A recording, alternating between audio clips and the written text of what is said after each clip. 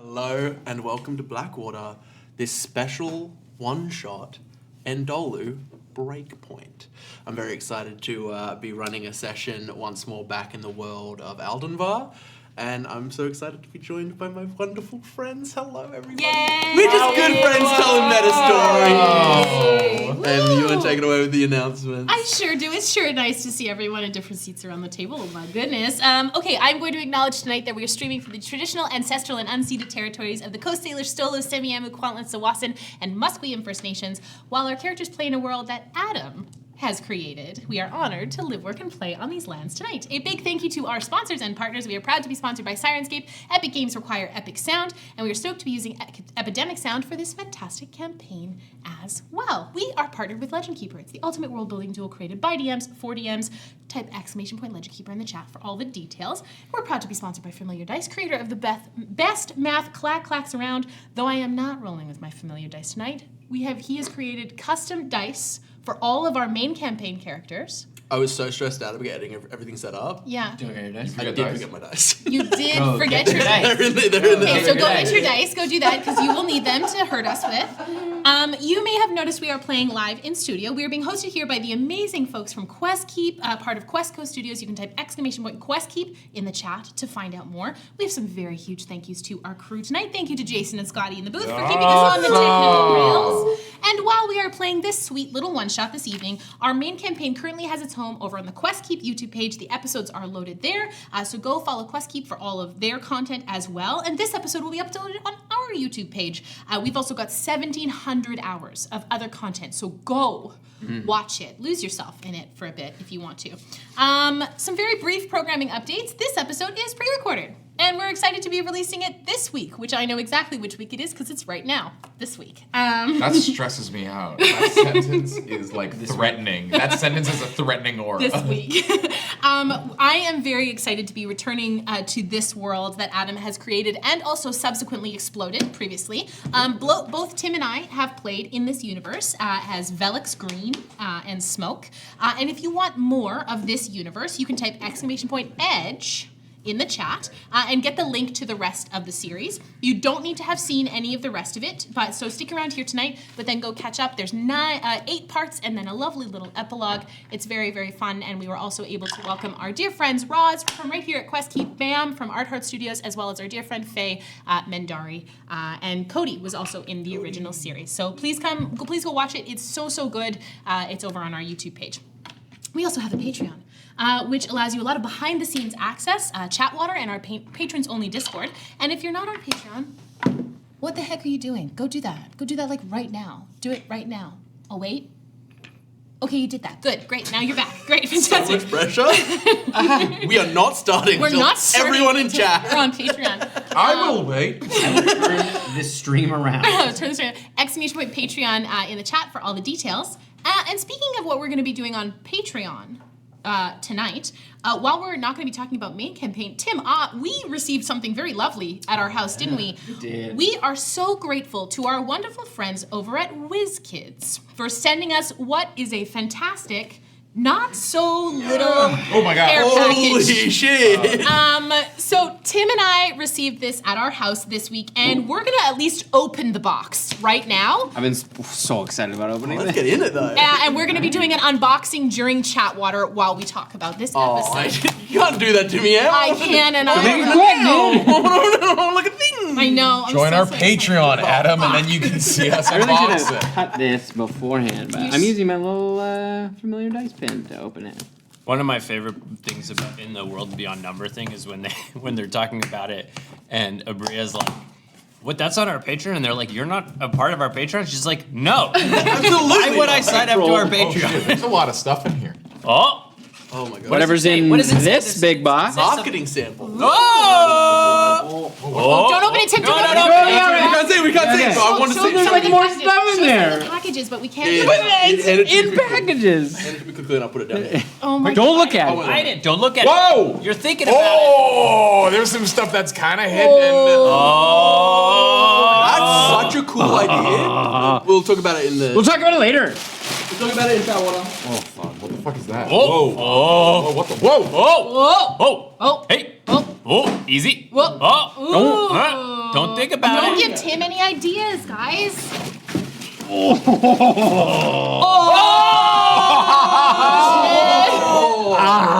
Fucking hell. Incredible.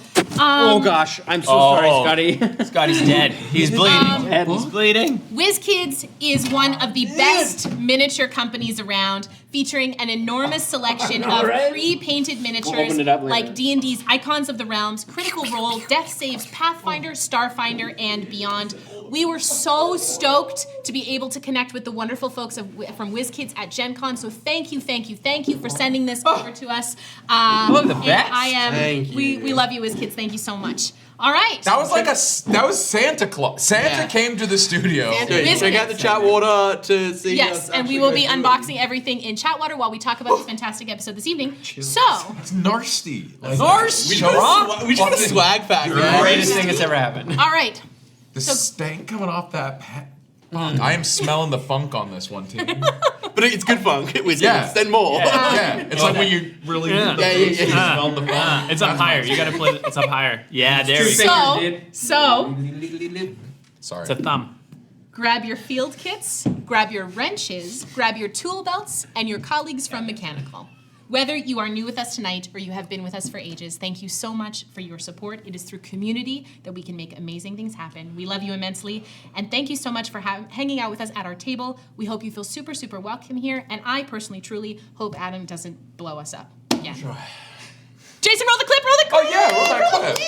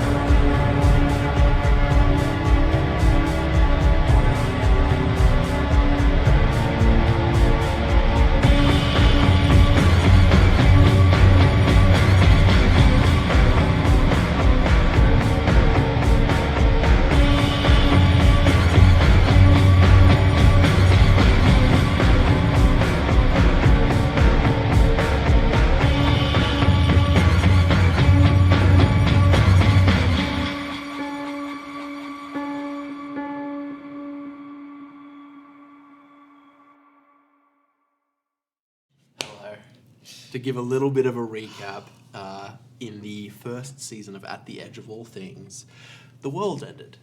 The elements were mixed and moved, and everything came to an end. The surface of this world is no longer habitable, and the remnants of the sapient people of this planet flew upwards in giant airships. So welcome to the Andolu. A city-sized, it didn't work. It's taken so long to load. Welcome to the Andolu. A city-sized airship that holds the last remnants of the kingdom of Veteris. Home to the survivors of the Great Convergence. The Andolu hangs above a broken world, torn and sundered by the unleashing of unimaginable powers. This arc of civilization stands as a testament to the ingenuity and perseverance of the people of Veteris. And 2 days from now will mark the 1-year anniversary of the end of the world. Banners are raised, parades are organized, memorials are erected. From the heights, to the gardens, to the stacks, to the very belly of the ship, the Substratum, the denizens of the Andolu make ready to remember all that was lost and to celebrate their continued existence despite all the odds. It is within the Substratum, known by the locals just as the Depths, where our story takes place. Here, the beating heart of the Andolu stands tall. The Arcane Accumulator, a massive crystalline engine that draws magic from the world to keep the massive airship afloat. Most of those who live down in the depths are essential to the continuation of the Andolu's endless flight. Engineers hurry to and fro, ensuring that nothing stays broken for long. Rot farmers cultivate great crops of fungus, integral to feeding this overpopulated ship. Patch mechanics utilize whatever scrap they can find to make repairs to the ships brave enough to descend to the shattered surface in search of raw materials or perhaps lost treasure. But the depths are not a perfect place. With the Steam Guard's resources stretched thin in other neighborhoods, their presence here is minimal, which has given space for the gang Bedlam Run to accumulate power.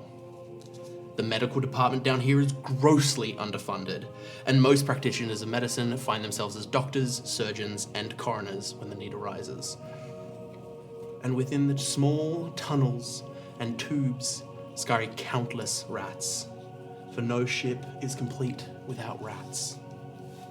We begin our tale at the very top of the Arcane Accumulator, just over the edge of the guardrail that keeps those walking along the catwalk safe from a fatal fall. Most of the time. Sirenscape hates me right now. A pregnant pause at the guardrail. Pregnant pause.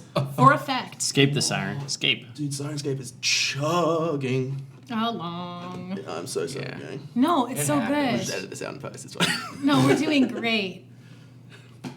Jim, you can see this, right? Or it's just like, I'm going to play this one instead. Sometimes you click on the next one, it'll play. Or it'll just hate you. Or it just hates me. Your, You know what? your voice is so musical, it's like I We'll can... hope that it turns out. Can you sing it? I timed these all to music. I'm so sad. When you are falling, your last few moments expand. It is as if you freeze in place, and the rest of the world is reaching up to grab you. You are filled with terror and sadness and regret, but also a small, illogical glimmer of exhilaration. As for a brief moment, you break free of the shackles of the ground and fly. This was how Eladri Aldwillow's final moments were. As he was pushed from the rail above and fell to his death, the soft, pulsing light of the Arcane Accumulator, a metronome, to give those last moments a slow, sad rhythm. At the forefront of his racing mind was a singular regret. The last words he had spoken to his beloved wife had been spoken in anger, a petty and passing argument that on any other day would have amounted to nothing but a sheepish apology and a tender kiss. As he thought of that imaginary conciliation, one that would never come, his eyes filled with tears and his lips turned up in a tiny, mournful smile. Then the deafening sound of wind filled his ears and time rushed back to normality as he looked up at a distant figure leaning over the rails above. Moments before the end, as his mind finally and fully grasped the finality of his fate, he pondered a single question. Who had done this? Out by the lower airship docks, people frantically bustle to and fro as the day begins, rushing to offload the latest intake of cargo, as no more ships will arrive this close to the festival. Get everything done today, and the cargo crew will have an easy day on the eve of the festival. Holding a massive crate of raw, unprocessed iron is a figure small of stature, but bulging in muscles. Tim, would you introduce your character, please? Absolutely. You see a 4 foot tall halfling, which is actually quite big for a halfling.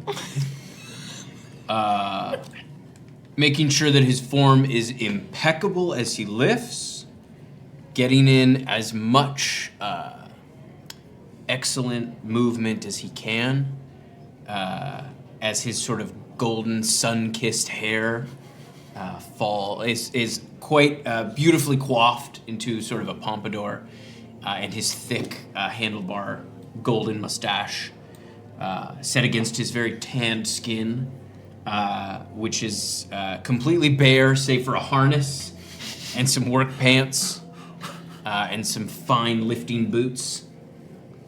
You see Hambra sets down the oar and picks up his barbell that he takes everywhere with him, and gets just in a few overhead squats, walking lunges, I should say, as he heads back to pick up more ore. Nice little cool down stretch. As you head back to pick up more ore, Deload set. you hear a bit of a commotion. Starts small at first, and then a scream cuts through the general chatter of this area. As you run forward, you see a crowd gathering in a circle. Curious, do you wish to push forward? Of course. Pushing through the crowd, you make very short work. You are a strong I hold halfling. I don't have to use much strength of body, but rather strength of fortitude, of personality. Love that. So you personality your way through the crowd. At knee level. And as you get to the edge, you see a broken body lying on the floor. A halfling, What a shame. your cousin, No! Eladri. Beautiful temple wasted. You see his skin has that kind of translucent blue hue of an engineer who works close to the accumulator. Of course. And It's that disgusting. magic radiation affecting their bodies. Terrible. So many toxins. As he lies there dead, you see clutched in his hand a strange device. As the constable, one of the few members of the Steam Guard that actually exists down here, pushes through the crowd, someone having run to fetch him. Oh, what's going on here? What's going on? I'm as curious as you are. This is my cousin. Right. He looks at you a little suspicious as he inspects his body, finds this strange device with I'm an open book, brother.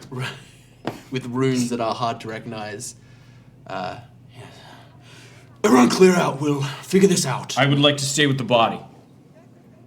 And I kneel down again in perfect form. I love that. Make a persuasion check for me. Okay. To me, you demonstrate perfect kneeling form. At the break. Tim, go ahead and kneel perfect. That's a natural 20! You kneel down and you just like perfectly Wasted. pose. Every muscle is popping, Yeah. and you just look really competent. And so the constable looks at you and goes, "If your family, I guess, fine. Yeah, come on." Every body is sacred. And Scoop him up. you scoop him up so he doesn't call for anyone to get a litter. You scoop up your cousin, and he takes you to the constabulary, where His tears stream down my face. incredible. Beautiful, pure, potable We tears. move elsewhere. No salt. I will have it also known that Tim has the nice dice on his side of the table. Damn right. Just for putting it out there. Mr. Hogan. Oh no. I asked the same question. No, not Mr. Hogan. Not Mr. Definitely for visual, but. So we move elsewhere on the ship. Oh my god, this fucking Science-Scape. This is so not appropriate for who I'm about to introduce. Somewhere deep within the twisting tunnels of the substratum scurry rodents of many varieties. Here it goes. A scourge to the nearby rot farmers. Something must be done to prevent their population from exploding too far. Squirming through the tunnels, we find a figure in fervent pursuit of the latest quarry of rats. Sean, would you like to introduce your Yeah, so what you see in the tunnels is a little human boy. He has a little human hat, a little cap boy. He has sweet little boy shorts that you would see on the playing grounds. and he has a nice little shirt and a very long nail. It's a maybe 14, 15 decameters long. And he uses it to stabbing the rats. And he is squirming straight through this tunnel. He's found many rats, but he needs to find the one that the other rats look up to. Because some people, they use the poison for the rats, but that does not send a message. And it's important that the rats know that they are not welcome on the ship that's made for people and little human boys. Hambra's scene took place at the very start of the day. Yes. His scene is taking place around 10. Pippy? Pippy. Pippy? Pippy. Pronounced Pippy? 10 a.m. Yes. And as you crawl through, these twisting tubes and tunnels, I know all of tubes.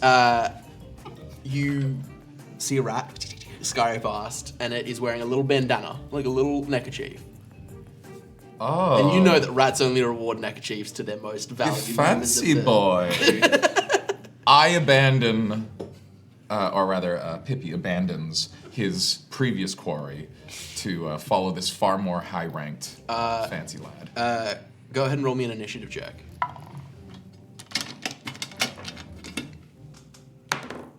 You're looking to beat a 19. Well, that's a 24. Whoa! So with freakish agility, you just drive your nail down through the middle of this rat. Is it a fingernail or? No, it is a for constructing nail. Oh, okay. I was imagining it's long. No, it's a scoot steps. And Were you importantly, it's a very tiny tunnel. It's a rat-sized tunnel. And though I am just a little human boy, I am still much larger than my rats, which makes me much more effective to kill them. But still, it is hard for me to catch them sometimes, which is why the element of surprise is golden. And you cannot stop me from where you live, rat. As you pierce this rat through the back, driving a nail into its rattish heart. Yes. You find yourself next to a little opening air. Oh, God. Oh, You hear voices. curious for my little boy ears. Did you hear about that engineer, Eladri? Yeah, I heard.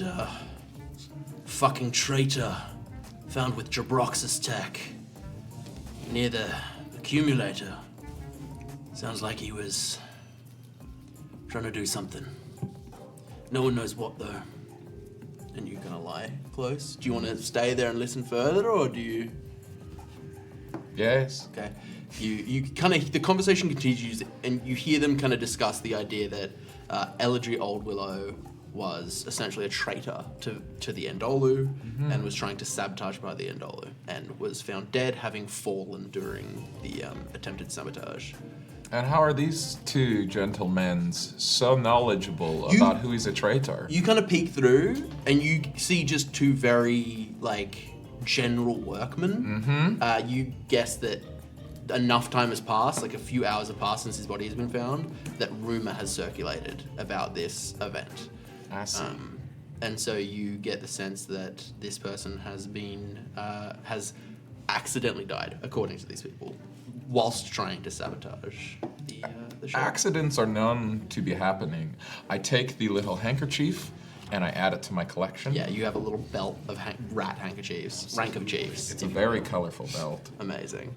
They have handkerchiefs. They have culture. Dude, They're rats have sentient. opposable thumbs. What?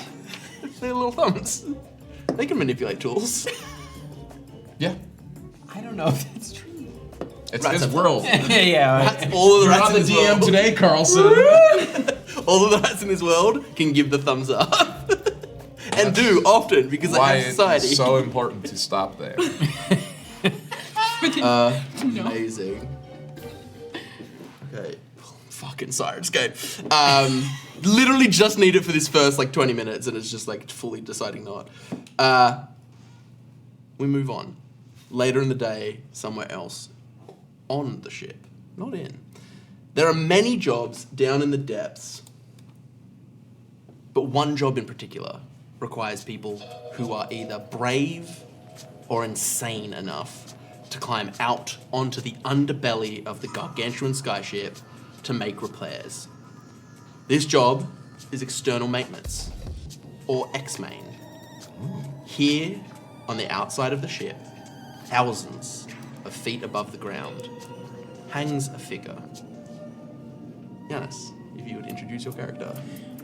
You see, let me just look at his name again so I remember it. Veteris. Currently he's in his mech armor. Oh! So he's like fully armored out, like you can't really see him inside of the helmet, but he's in this sort of like giant, what looks like plate armor, but it is obviously powered by some sort of magical means. And he's out on the ship sort of like using it to give him the strength and dexterity that he needs to do the maintenance. It's just sort of a very like utilitarian set of armor that would have been a color at one point, but sort of like worn off from all the use. And it's just sort of like a bare steel armor. You're out here because just a plate got ripped off in the wind.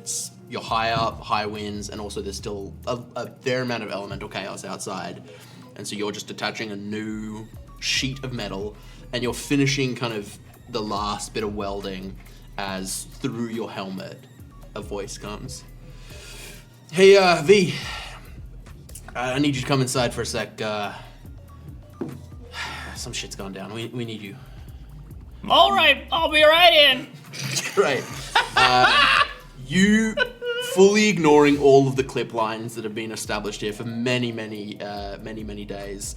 You kind of just mag climb, all the way back into the entrance, and you kind of flip through under. When the helmet comes down, you see an old rock gnome, huge nose, tiny little round glasses, spectacles, and he's balding, kind of got this sort of Friar Tuck balding hair. Yes. And he makes his way in, but like tiny head in this massive set of like. Amazing. Mark Ruffalo. Yeah. Yes. Fully. Trouble now. You see in front of you a femme-presenting person, extremely muscular, tattoos everywhere, shaved head. You see Wodrin, who is the head of X-Main. Hey, V. So there's an engineer. They've turned up dead. And folks are saying that they're a traitor to all of this. You know, what you did before everything, I thought maybe you could look into it.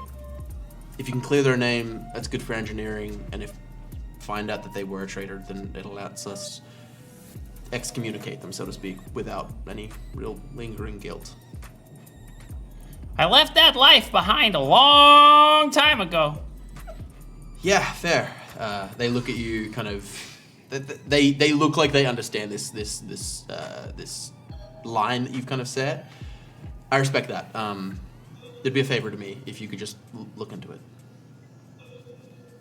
All right.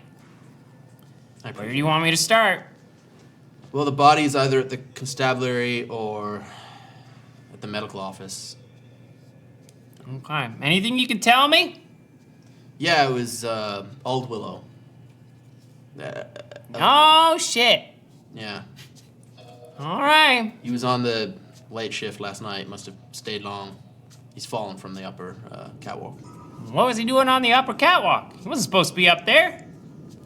No. So that's what I'm asking you to look into. All right. Great. Okay, well. As you head off, we move elsewhere. I'm just gonna hit stop and hope for the best. That worked. That worked real quick. It's just for M.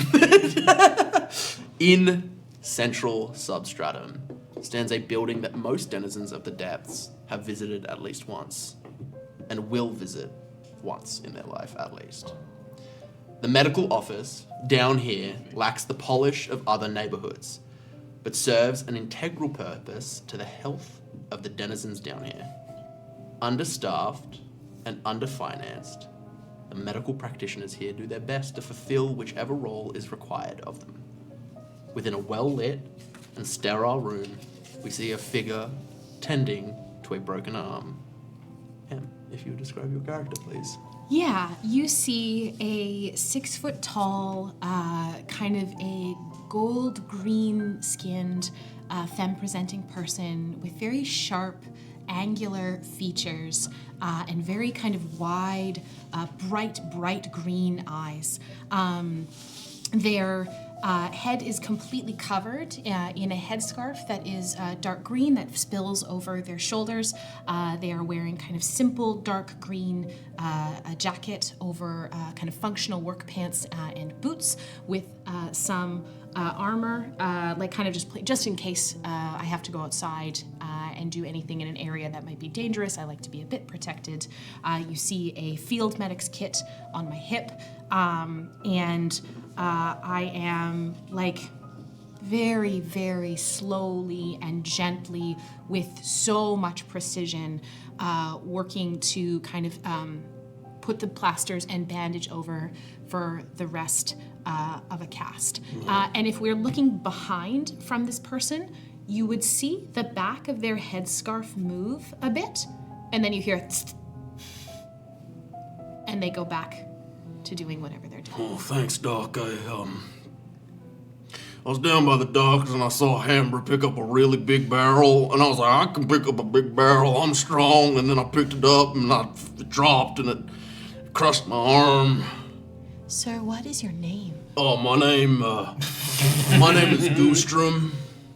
Gustram. Yeah. Now, I must recommend that you do not attempt to pick up more than your carry capacity. We've talked about this. But Hambra can do it, and he's just a little guy. We cannot compare ourselves to other people around us. You are only in a race with yourself. Oh, yes, those wise words. I try my best. A head pops in through the door, and you see Adara, who is the head of medical here. Literally, medical is you and Adara. Yeah. I kind of. And you're not the boss. Just a moment, Adara. I'm almost finished. When you're done here, we got a body, and you know my thing. Ugh. Oh, all right. Thank you. I look down to Gustram and knowing that there's something that is more pressing, that is requiring my attention, Dusk, their hands do speed up, and rather than that kind of, it's the last kind of things, it's just plaster, fill that over like a very calm, reassuring smile to the gentleman. You're welcome to go back to your dwelling. I would recommend no use of this arm for approximately 6 weeks. But 6 weeks? But there's a weightlifting competition at the festival in 2 days! Then you're going to have to get really good with just this arm. Oh, dang. And they say lifting is mostly your legs and back anyway, right? You're right. And you roll me an insight check. Especially a nice round one. Fast.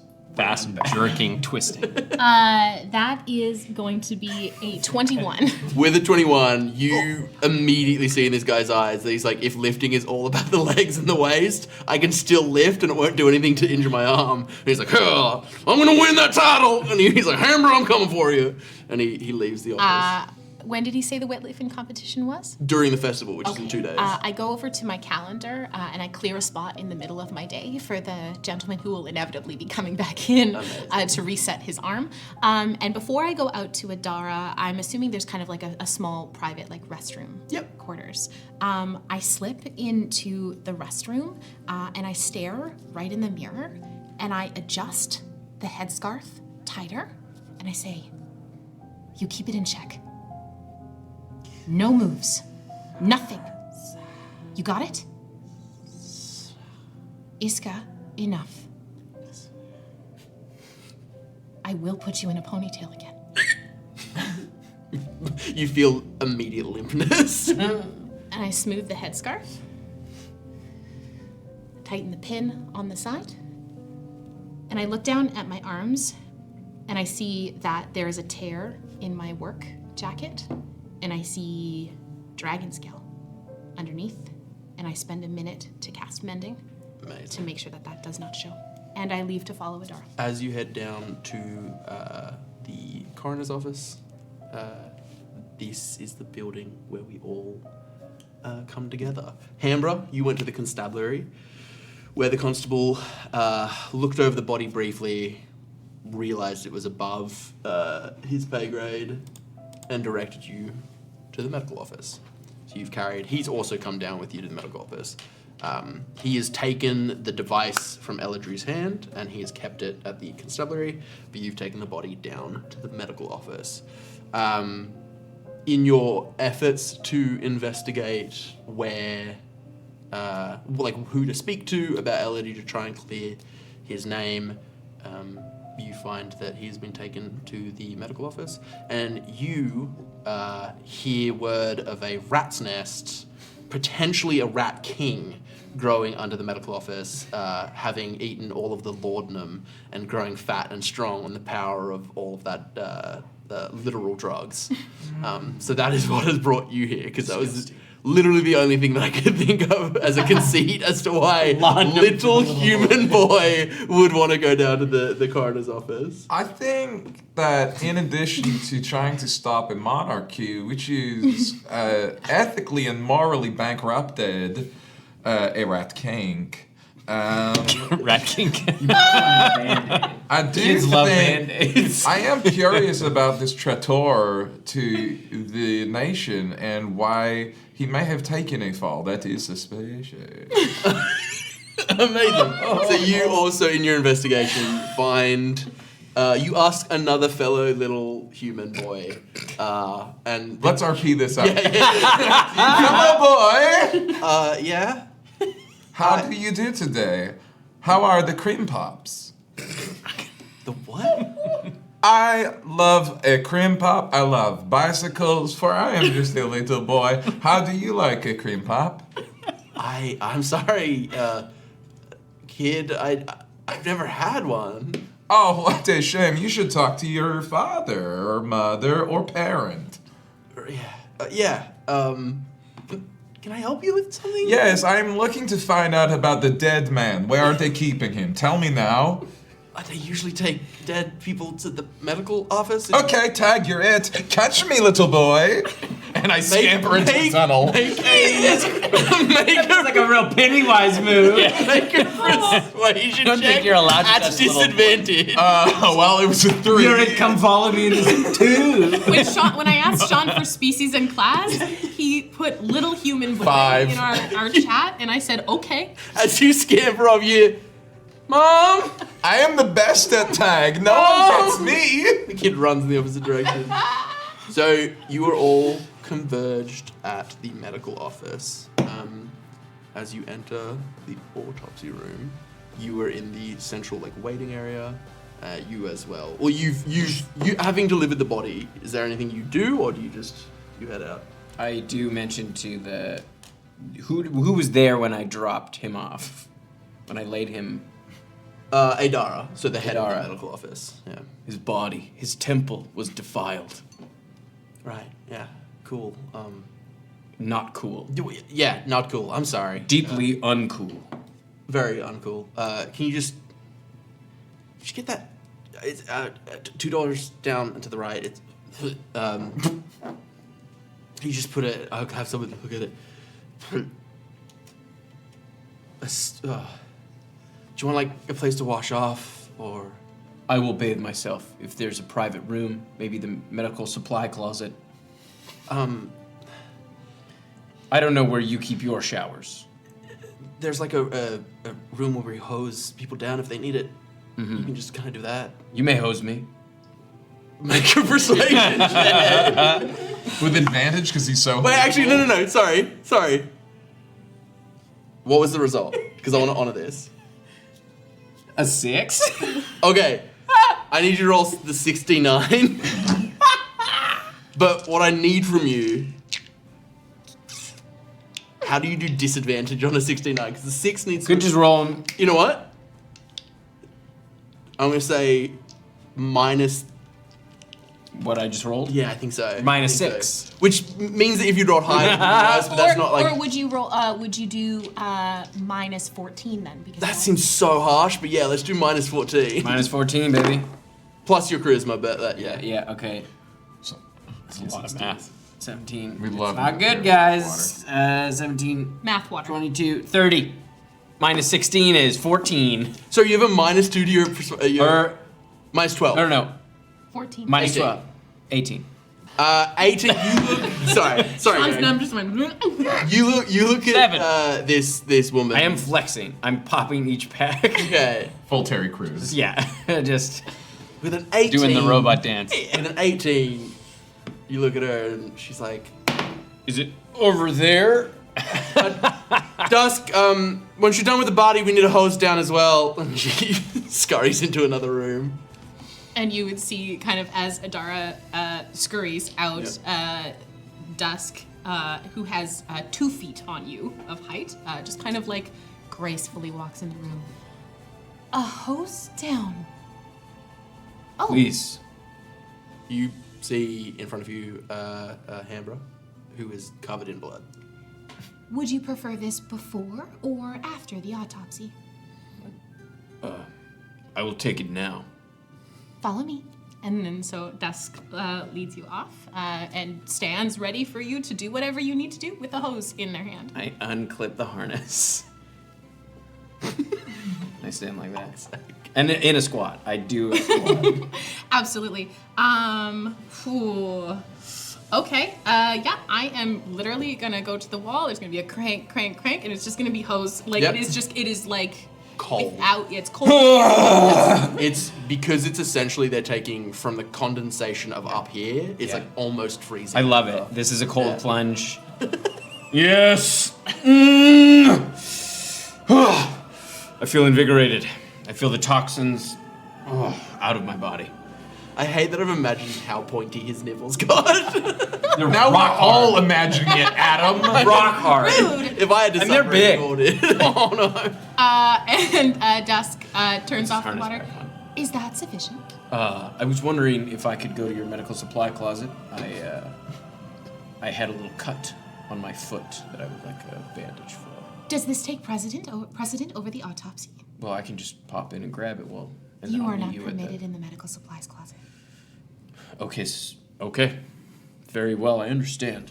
Would you like me to grab supplies for you? I don't really trust the medical establishment, so it's fine.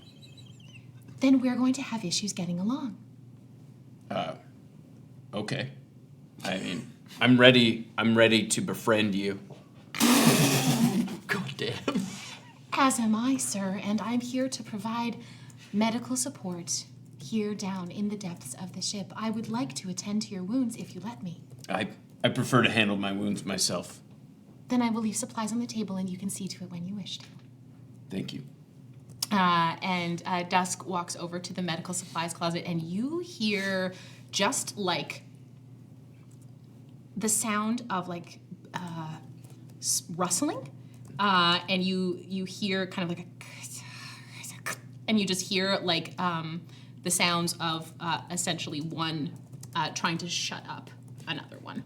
And you see Dusk's headscarf ruffle a bit, and then Dusk places some things on the table. Will this be sufficient for you? This will be great. Good. At this moment, Veteris and Pippy kind of arrive around the same time. And there's no real, like, lobby. There's just some chairs that have been put out as, like, a waiting room as you arrive here at the medical office. Pippy would like to find the body. Would you like to sneak? Tube style. Oh, okay. Oh God. Roll me an investigation check to try and find the tube first. I say 16. Okay. What? No. 17. Good I for will me. say my passive perception is a 23, and my passive investigation is an 18. Okay, so you find tubes. Would now you it's- like me to sneak? now is the chance. Like now Okay, is your here chance to comes do a stealth check. Little sneaky time. And I'm in darkness. Is there something special about that? I'm a little guy. Can I try to peek in the medical supply? You can also roll a stealth check. I'm just trying to. just a I'm peek? just taking a look. Make a Oh, perception check. Pippy. Pippy, actually. Excuse me. Bro's looking for that HGH. Nope, it's all natural. I'm natty, bro. It's an 18. I will say. Yeah. because I'm not of expecting this- a little boy. because of this Because interaction. you're hosing down a very Like your very passive is quirky really man. high, but you are also like actively being Absolutely, distracted. absolutely. Which is numerically a -5. So that would match. So you hear like a ding ding ding ding ding kind of in the pipes, which isn't a super unusual sound. Everything down here. You also have a rat king living under your Yes. situation. Rumored rat king. So you clock the sound to honor the fact that your passive perception is Yes. high. You clock the sound. It doesn't catch you as like odd, and you start scurrying through the tunnels. And I would be leaving Hambra to go towards the autopsy room, assuming Amazing. that whenever he's dealt with himself, he Yeah, will make 12. a 12. But she's out of the room now. Do you leave? I go and I lock up the medical supply cupboard and then I leave. Yeah. Why did you say that last part? Well, Because I'm a good medical That's fine. professional. Yeah. I wouldn't have been able to see really much of. I would have said The it would 12. have been open while I like. Yeah. And my perception check. I'll give you two things. Okay. You see stuff in there that would be valuable, and stuff in there that you could use. Okay. There's some stuff. It's raw stuff. Okay. You walk in and you are greeted by Adara, who I realize I didn't describe. Adara is a very strange genasi. During the convergence, her form was corrupted. So she is an air genasi, but she is filled with lightning because her form was turned somewhat fire during the movement of everything. So everything's just a little bit like static. Her form isn't like the wind, like an air genasi. It's like the middle of a storm. That high spark kind of plasma. Imagine kind of vibe. her temperament is about the same. Yes, Yeah, she's very short-tempered, but like intermittently short-tempered. Yes. It's like very her whole makeup was drastically altered during a really tragic and horrible time in history. So you enter. Hey, can I? Yep. Hi, Hi. I'm here to see the body. Right. Family. From engineering, we're doing an internal investigation. Can I see your credentials? I would just sort of shift my giant mech suit. See many guys in this? Yeah, fair. Yeah, Dusk is doing the autopsy. I don't know if it's been done right this minute. Probably is. Dusk is kind of a nerd. Yeah. Give it like 10 minutes and then pop back. How long does an autopsy take? Like, I can head in and ask some questions while she's performing the autopsy. Help glean some information. make me a persuasion check. You got this. You got this. You got a big robot. You got a big personality. Oh, that's not a great roll. Robot's just okay. It's okay. I'm just drawing everywhere. iPads. Dude, technology is hard. Trust. Persuasion, you said? Yes. Is 11. I mean, I would give it some time. It's. I think it's one of those things that you don't want to interrupt. I'm assuming at this point, Dusk is walking off from like general medical towards the You're autopsy room. you're like deep, like because you started in your office, which was like already in Okay. kind of like it's like doctor's office. You're at the back where the doctor's office would be, and then there's like the surgical suite. So you would be Yes. in the surgical suite at this Gotcha. point, Okay. and then the coroner's office is just like tacked on the back, Right. Because it makes it easier if surgery goes badly. Just Does make sense. Bleak. Can I go out to Adara yep. and be like, Hey. I just have these supplies that your colleague so generously lent to me. I'd just like to put them back in the medical supply closet. Could I borrow your key? Oh my god. I'm just a. I'll bring it Never right gonna back. know who murdered this guy. It's just I'm just a all good shenanigans doctor, in the okay? hospital. Okay. She rode poorly on her just like general competence check. So make Shocking. me a. You're not necessarily lying, but I'll let you choose deception or persuasion. It's up to you. Persuasion. Okay. I mean, this is for sure Yeah. obscuring the truth, but Fuck you. 6. Fuck no. Oh, sorry. I You don't. want to leave it here and I can... Sure. I was just trying to be helpful. No, there's like a ton of stuff. People trying to steal that shit all the time. Understood. Yeah. Understood. Yeah. I don't know much about it myself, but understood. Oh, fair enough. What brings you here, Oh, shirtless man? my cousin died. Your cousin was Eldry? Yes. I know. Our bodies couldn't be more different. It's hard to believe we shared any genetic material. Maybe like a He looks at himself. cousin by marriage? No blood. Strange, I know. I write that down in my notebook. He didn't clue. take care of his temple like I do, I can say. but still, it was sacred. Do you know what happened? Did you know him? I knew him tangentially. We worked together. Accent's changing. So, You're doing great. Ah. So, what was he like? I'll be honest. I didn't really listen to him when he was around. He said a lot of big words that I don't really like. They make me feel small. Well, he was smart. And he was dedicated to his work. Very strange circumstances, this death. Really? I just assumed he fell. Well, that is what they say, but we need to know for sure. Make sure that engineering is cleared of all of this. Oh, you think someone in engineering did it? Well, they say he did it. And he was in engineering. To himself? I'm confused. They say he's a traitor. What? No! He slams the table. We're going to cut from this to the coroner's office. I think As you walk in, So you sorry I had to see tell you that. the body laid out, and immediately, just looking at it, you're like, cause of death. Massive body trauma from a massive fall. it's not the fall that killed him, but the sudden stop at the bottom. Exactly, yeah. But you like, it is pretty grim.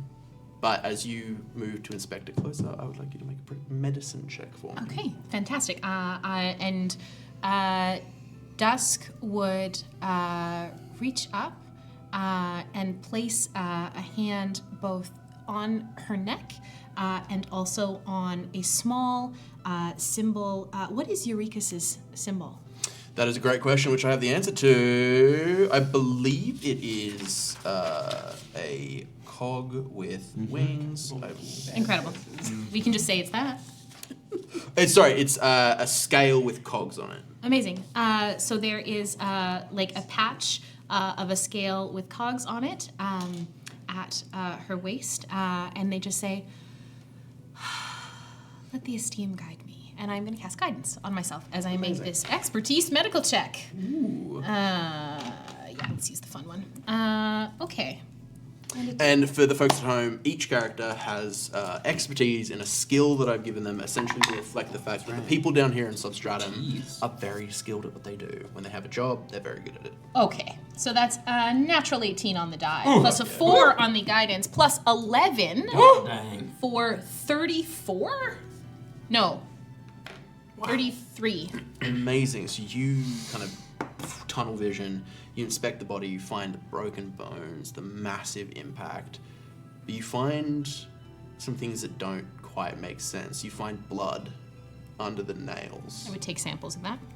You find a bruise just under the eye on the wrong side of the face. And at this point, Dusk is, there are a small pair of glasses that are out with a chain around them to keep them on her face. And she is meticulously taking autopsy notes. And you see a soft bruise on the chest of something pushing down, and he fell and hit his back. Mm-hmm. So you get the sense that Kicked or something shoved. hit his chest. This gives you some very excellent information with it. What, 31 was it? 33. Jesus Christ. As you are inspecting this, your quiet focus is broken by wailing, essentially. It's like, my husband, let me in, let me see him. It can't be true. And you two in the lobby, you see your cousin's wife, I'll take you to him. Sarah. I scoop her up. What? Come with me. And I hold her close. I would just follow. Hambra, put me down, please. All right. And you, I'm gonna, Idara goes, just kind of stops the thought in mid-process. As you hear, do you stay within the coroner's office? I think I would, at this point, assume that happens out there and nobody's here gonna bother me during my work to finish the autopsy. So I think I would have had myself probably with my back to the door, with the body in front of me, making notes. And I assume that there's probably a viewing gallery of some. No. Okay, no, so there's. This is like fully just like a dank, badly lit room. Sick. Like, We love that. There's yeah. chairs on the side. Then I assume, and there's a line on the floor that designates a splash zone. I think that that Dusk has Little probably ponchos that you can had to grab. draw out or like line out on the floor. It's very uncommon for people to come in here. Yes. Because most people are like, that's my dead relative. I'm assuming it's like you stand over there, you identify, or the police who tend to put Yeah. their hands in, and Dusk has said, enough. Yeah. Calm. Like this has to be a space of calm. So you hear commotions moving closer Yeah. and closer to the coroner's office, but you stay put? I think I would turn and kind of orient myself in the door at the line. Okay. Just kind of be like, Pippy, you see they, them? they, she. They, she. And it's they less for gender and more for multiple. Yep. Also, I will then gender from Pippy's perspective. You see her turn from the body, and you are in a vent just above the body. So dirty! So contaminating! You see a Ethan Hunt up here. you're like, if I'm really fucking quiet, I could drop down, have a look around, and then scuttle back up. I would. You have like a brief moment. Yeah, I know. Hippie is all about taking those snap decisions when life passes you by. You have to grab them by the throats. So he will drop down quick as a cat. Look for autographs on the body, symbols that someone has done this job on purpose. Oh, okay. Roll me first a sneak Pippy check. sign everybody. Because you are like You're to beating give every you rat body. perspective, the distance from you to boy. to Dusk is the distance from you, Sean Deppner, to M. Pepe is closer to everyone that they think he is. Oh God. I can't wait to meet Pippy. give me a little. If you are lucky to Passive see perception of him, 23. 23. Waiting quietly And for you, something you are not to happen distracted, in so the it's room. very much you're trying to beat a DC. so you said at advantage? You're trying to beat a DC of 23. At advantage? No. Are you sure? Boy! That's a 2. It's a 12. As you push on this medical office that is very underfunded, you're like, I'll pop it right open, slip right through, and it just goes, and just like screeches metal on metal as you slip through So, and land. if this happens, I think Dusk, knowing that something is behind them, do I do it now? Yeah, fuck it, why not? Without even turning around, the headscarf whips off. You see, 15 snakes, green and blue and yellow, stare in your direction, and you need to make a wisdom saving throw. Okay. With that big sound effect, somebody's probably hurt. And I would go to the Ah, We should go. We should go. Okay, so I go ahead. I need to honor a few things in Yes. order. So what was the wisdom 8? save? 8. So Tell me what happens, and then I'll come to you. So, Dusk, like it's a split second. It's headscarf off, and are you like dropping down as this is happening?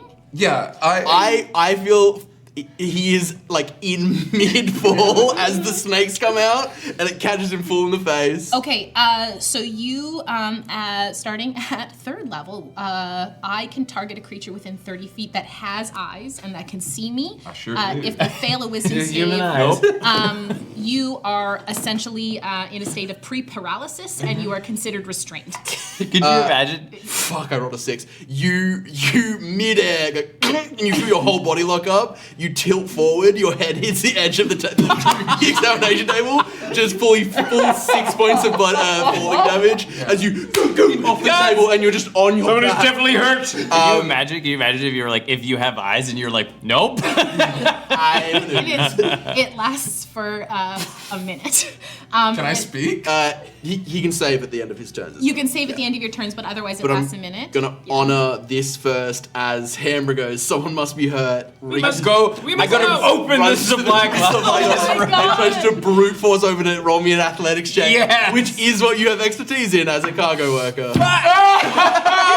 The dice hate me! I'm gonna say it's a DC 14. 12! Oh, so you reach out. I would like and to grab- rage. I don't know if it helps though. I don't think it helps. I think it gives you advantage on strength-based checks. Yes. So as you are foiled once more, this like blinding rage takes over you. As you just like and you start shaking it, you can roll again with advantage. Oh, that'll do it. That's 25. You just fully rip the door off its hinges, glass shattering. Oh my God. You watch as Pippy goes, and then after the massive slam, you hear. No, first you hear, and then you hear. And you have access to the medical. I grab what I want. Okay. Shove it in my pants. Okay. Then I grab a bunch of band-aids. Like bandages and stuff like that. Or like fill my arms with that. Oh, amazing. Make me a sleight of hand check. Come on, big man. Make me a perception check. Or what's your passive? My passive is That's not so 15. bad. 18. I'm gonna let Veteris roll here purely from the perspective of you ripped a door off its hinges. So he's probably looking at what you're doing. So roll me a perception check. Oh, it's not 10. Yeah, you just see Right him down my grab. pants. You just see him grab a handful of bandages, and it looks like he's really concerned about whatever's happening in this room. We gotta go make sure you're okay. I've got the bandages. All right, let's go. And as this is I happening, kick the door down. and as so Pippy, Fully it's like an inch ajar. Oh, I kick it open. I hear Pippy drop to the table, and without even turning around, like I let them do their thing, and then Headscarf comes back on, and I think that's As you pin the scarf in the door, you hear boom, stand and the back. door just like one hinge fully comes off. It's like hanging now. and I see We heard someone's got hurt in here. You see a tiny human boy on his back. Oh, no. At this point, I'll let you roll another wisdom save. It's a little human boy. It's worse. He The seems to be bandages on hurt. top of it. I turn around and I go, someone attempted to break into my medical suite. No, I was getting these for the small boy you injured. No, sir, not me. He came down from the roof and found himself in here. I was simply in the middle of the autopsy. Well, he was. He's still hurt. We should do something. I start pushing the band-aids on his face. Would you like me to attend to him medically? I mean, that's between you and him. I go over to Pippy and I kneel down on the floor and I look at him and I go, are you going to break into my medical suite again? I don't know what Pippy's body You're is not happening. paralyzed, you're restrained. So essentially you're like think of like the fear response of the freeze response. Okay. You're just like fully locked up. Oh, I'm like whole You're like- personed? No, that's paralyzed. Oh. You're like essentially like pinned to the ground. At a There's higher no one level, there. I can paralyze people. Okay. Sorry, what was the question? Are you going to break into my medical suite again? No, I'm already broken. Well, let this be the first and only time. Yeah, I'm very concerned about my uncle. He's a halfling. Yeah, by marriage. Oh my god, I didn't know he had kids. I've been the worst uncle in the world. I have another brother out there. Can I roll insight on him saying that he's... Roll deception, roll insight. I want He's to. got another brother. Oh my god. Adam, I want to inspect the body. Yeah, while all this is going on, absolutely roll me an investigation. Come on, handsome. What you Or got? a medicine check. Family, little guy. 22! 8? What, insight? Yeah. I kind of just want to take you at your word. You can choose. Yeah, my insight is -2, so that's a 9. I think you're in so much distress about your cousin's death that you just want another Yeah. family member. You're Yeah, like, yeah. yeah, I buy this. Yeah. Yeah. A part of your brain is like, That doesn't make sense. Part of it is guilt too that Yeah. I didn't know him better. But it's also like, you're like, that doesn't make sense. But for this moment, you're suspending your disbelief. And also, it helps cover up. 17. Yeah, great. You look over the body and you find, like, the cause of death was a very large fall. You find nothing else on the body. I don't find the bruises and the. With a 17, not really, no. Okay. You find, like, those I got a bruises 34. were... Yeah, those bruises were, like, almost imperceptible. All right, looks like he was just he just fell. Clean cut. Sir, if you wait a moment, I would be happy to share my autopsy results with you. Generally, we have You protocols. do look over and you just see this massive mechanical hand just, like, looking at the... just, like, moving the head around. Generally, we have protocols for how things are done here in medical, and it seems that none of you are familiar with them. My uncle had enemies. This man is not your uncle, but I appreciate your concern for him. He is my uncle, and he had enemies. You're from engineering. It would be important for you to know this. Who And, was his enemies? And I drop concentration. Seeing that you're not a threat at this point, I drop concentration. That is a misinterpretation of the Sure. facts. But Dusk doesn't know any better at this point. And I would Oh, I say hate that. I drop concentration on the holding case. You feel your muscles relax. Thank you for releasing me from your spooky charm. I don't know what you're talking about. Neither do I. Very good. I would like to know his enemies. I like this relationship very Fuck much. me. This is chaos. I did not be the one to tell family this, but your cousin, my uncle. You're my second cousin, I think. Is that how that works? I don't know.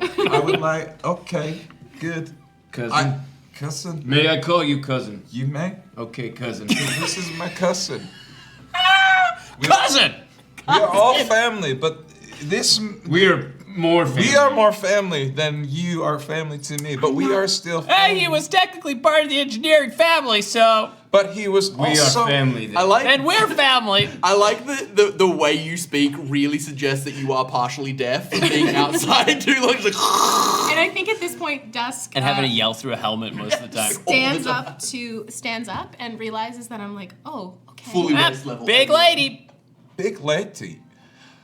My uncle, very precious to me, he was being followed by the Bedlam Run, a secret and very illicit gang.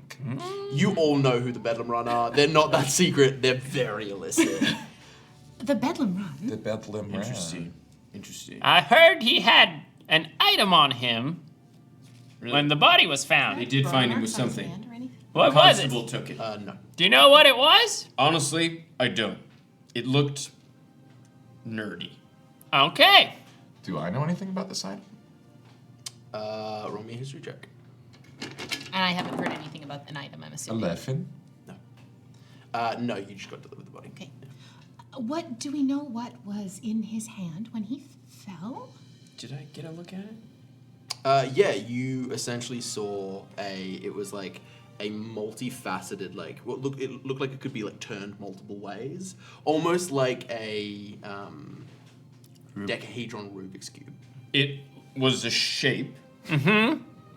And it had spinny parts. It had Oh. little tiny letters, maybe. Would I recognize that as something that would be of the Debroxus? Give me an intelligence check. Oh, all right.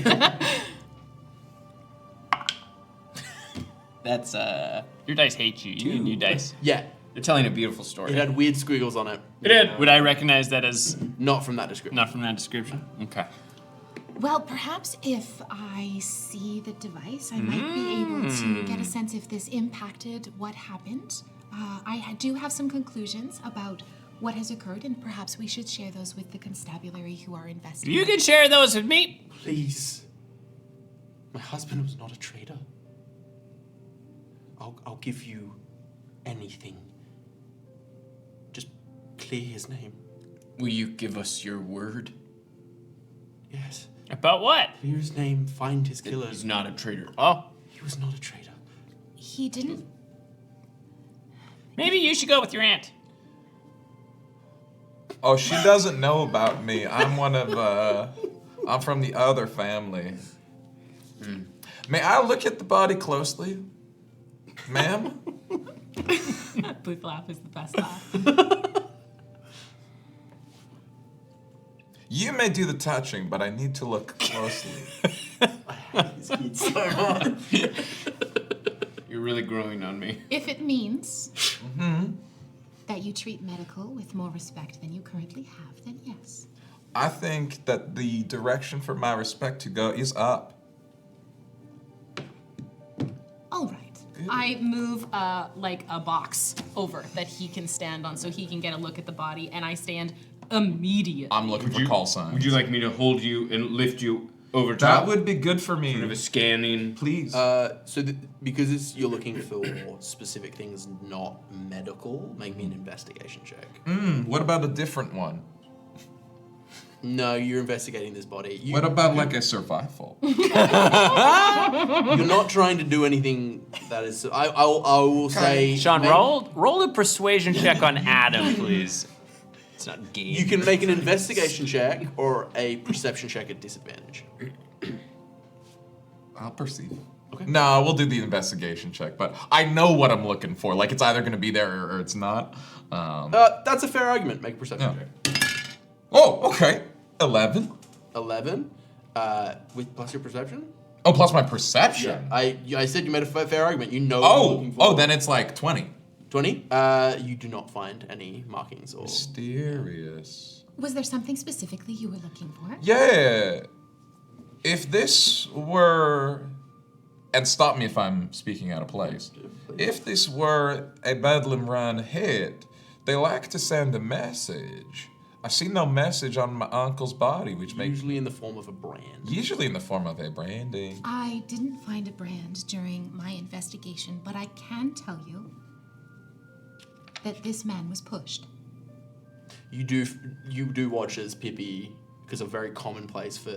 Because Bedlam Run don't want people like her finding these brands and like giving stuff away. You know the most common place for these is right at the base of the tongue. And so you watch as Pippy just kind of opens the mouth and pulls the tongue up, and you don't find the brand at the bottom of the There tongue. is no branding. This So- is suspicious. He was pushed. He was pushed, yes. There is a small bruising here in the middle of his chest, and also he landed on his back. So how did the bruise get on the chest? I am assuming, based on the patterning, it was either a very large hand, a dull, blunt force object, or a kick. He sent him over the rail. It did, yes, very strong. I'm wondering if you said there was something in his hand, perhaps somebody That's what I was told by... worried about what it was or what he was planning to do with this item. What make him a traitor? What did he do that make him so traitor? Indeed. What make him a traitor? You would know the answer to this because you overheard the circumstance of his death. He had fallen from the catwalk that led to the very top of the Arcane Accumulator, which is like the heart of the Andolu, and he was holding a device that by some rumor was very suspicious. He was unable to describe why it was suspicious, but someone of more worldly pursuits might be able to identify why. I agree. We do need to know what the device is and why suspicious. All right, we gotta go to the constable's office. I am assuming also based on what seems to be your skill set. Yourself or potentially myself may be able to look at the device and glean some use out of it. I can look at it even in the dark. That's a very normal thing for human boys to do. I'm a very skilled but very little boy. I like you. How old are you, little boy? How old do you think I am? I'd beg you around 9? I'm a boy age. Oh, that is a boy age. 9 is a boy age. You're right. You're right. Have I ever seen... Now here's the question. I think with how absolutely suspicious... Yeah, 100%. I don't know what the fuck. Keep saying human. Is this the kind of suspicious that I keep an eye out for? Or is this Oh, just... yeah. Oh no! Is he a secret skinwalker? Roll me an insight check. And you roll me a Christmas check of your choice. A Christmas? I think I put Did my you say hand on my Christmas hip check? and I guided myself to Oh no! You took Oh, it was a nat 20 for a second, but it was an 8. Okay. What am I trying to defend against? Insight. I've been doing calf What was your raises this insight? whole 17. time. Yeah, me too. Okay, I get that what- soleus, man. Add, Like, what are you trying to learn about Pippy? There is a certain type of people that Dusk is looking for, who... I will say with a 17, go for so it, you don't yeah. have to like Tip go that too in. much. With a The 17, snakes are already out of the bag, but you other get than that, you're like, this person's a little weirdo, little boy, yeah. but they're such a little weirdo. Yeah. Not the right. There's way. no skill, there's no training here that I Not can the see. right kind of. There's not the right kind of skill. Understandable. Yeah. So I think you see Dusk like kind of survey you and see if there's any noticeable like they completely look over you as if they're giving you a cursory scan, and seeming not to have found what they were looking for. It's just kind of like okay, you are let pass. Well, I think we got to go check out this constable. I do have to share my autopsy findings with the constabulary anyway. Perhaps I will accompany you as the only medical professional here. Yes, you can accompany me. Please. I should not go anywhere without an adult. It's true. I've got your little one. Thank you, uncle. Thank you, cousin. Thank you, cousin, uncle. Cousin uncle. Uncle. Thank you, uncle. I like that. And I go skipping along. with some I- of my- I do not like that. I just have to. I'm just gonna go. I need to eat something for my macros. So, I'll How just- fresh would you like it? I can catch you. Oh no, anything. I have my own crickets prepared. I only eat crickets very high in protein. And I would duck around whatever alleyway nearby. Amazing. Yeah, I was too late. I lock up As you yeah. begin to leave, we'll deal with whatever that was. 18 stealth because I'm curious about just someone eating crickets. Zara grabs your wrist. Clear his name. Eladru was building a little ship. It was close to being finished and would be able to fly. I will sell it, and whatever I earn is yours. Just please clear his name. No, we will do this. You know, a flight-capable Kestrel class ship, which is like one of the smaller ships, can reach anywhere between 3,000 to 5,000 gold, which is a significant amount of money. All right. We'll do this because we're family. Family. Thank you. Family. Family. Family. Family. Family. I think as this is happening, the Dusk Family. and if there's anything, it's just like family, Vin, is that you? and then she walks forward. But I would go around in the alleyway and Yeah. stealth. What was? Yeah. Roll stealth. Was this a perception check? 20 stealth. I to just told them follow I just need to step Oh, over here. 20 stealth to follow. Yeah, I want to see somebody eat crickets. That sounds rad. My stealth is terrible. That was a 3 for my stealth. I'm going over here now. You're locking up. Yeah. Do you also follow, or do you? No, I don't care. Okay. And basically, I'm putting. I am like preparing Eladri's body, placing Right. them in storage. Giannis and then, Em, can I have you leave the room, please? And can we go to just this side of the table for if that's possible. If not, that's totally fine. have fun, guys. Don't super fucking weird. Tim, can you describe exactly what Pippy sees? Reach into my pants and I pull out the jar. And how much is in here? Roll me a d12. Oh, yeah. No, roll me a d9. And what form does it come in? I feel like Roll me a d9. a D9? Yeah. Oh yeah. Oh yeah. 7. Okay. Yeah, you get 7 doses. Okay, I think it's like a paste. It's sure, yeah. Yeah. And so I like scoop out some and I rub it. First I stick it up my nose. And I take a big inhale. And then I like rub it all around my mouth and suck off whatever's left. You see this fully. What is the nature of this taste? Give me a medicine check. Oh boy. I'm not too bad at math. And I flex all my muscles. 14. 14. You don't know it specifically. It's some sort of like juice. some sort of like amp up. Cricket juice. You see, like the after effect is he looks like a little more vascular, like a little, like the muscles are popping a little bit. You suspect this guy might be on PEDs. Uncle. You can come back now. Oh wait. Uncle. What?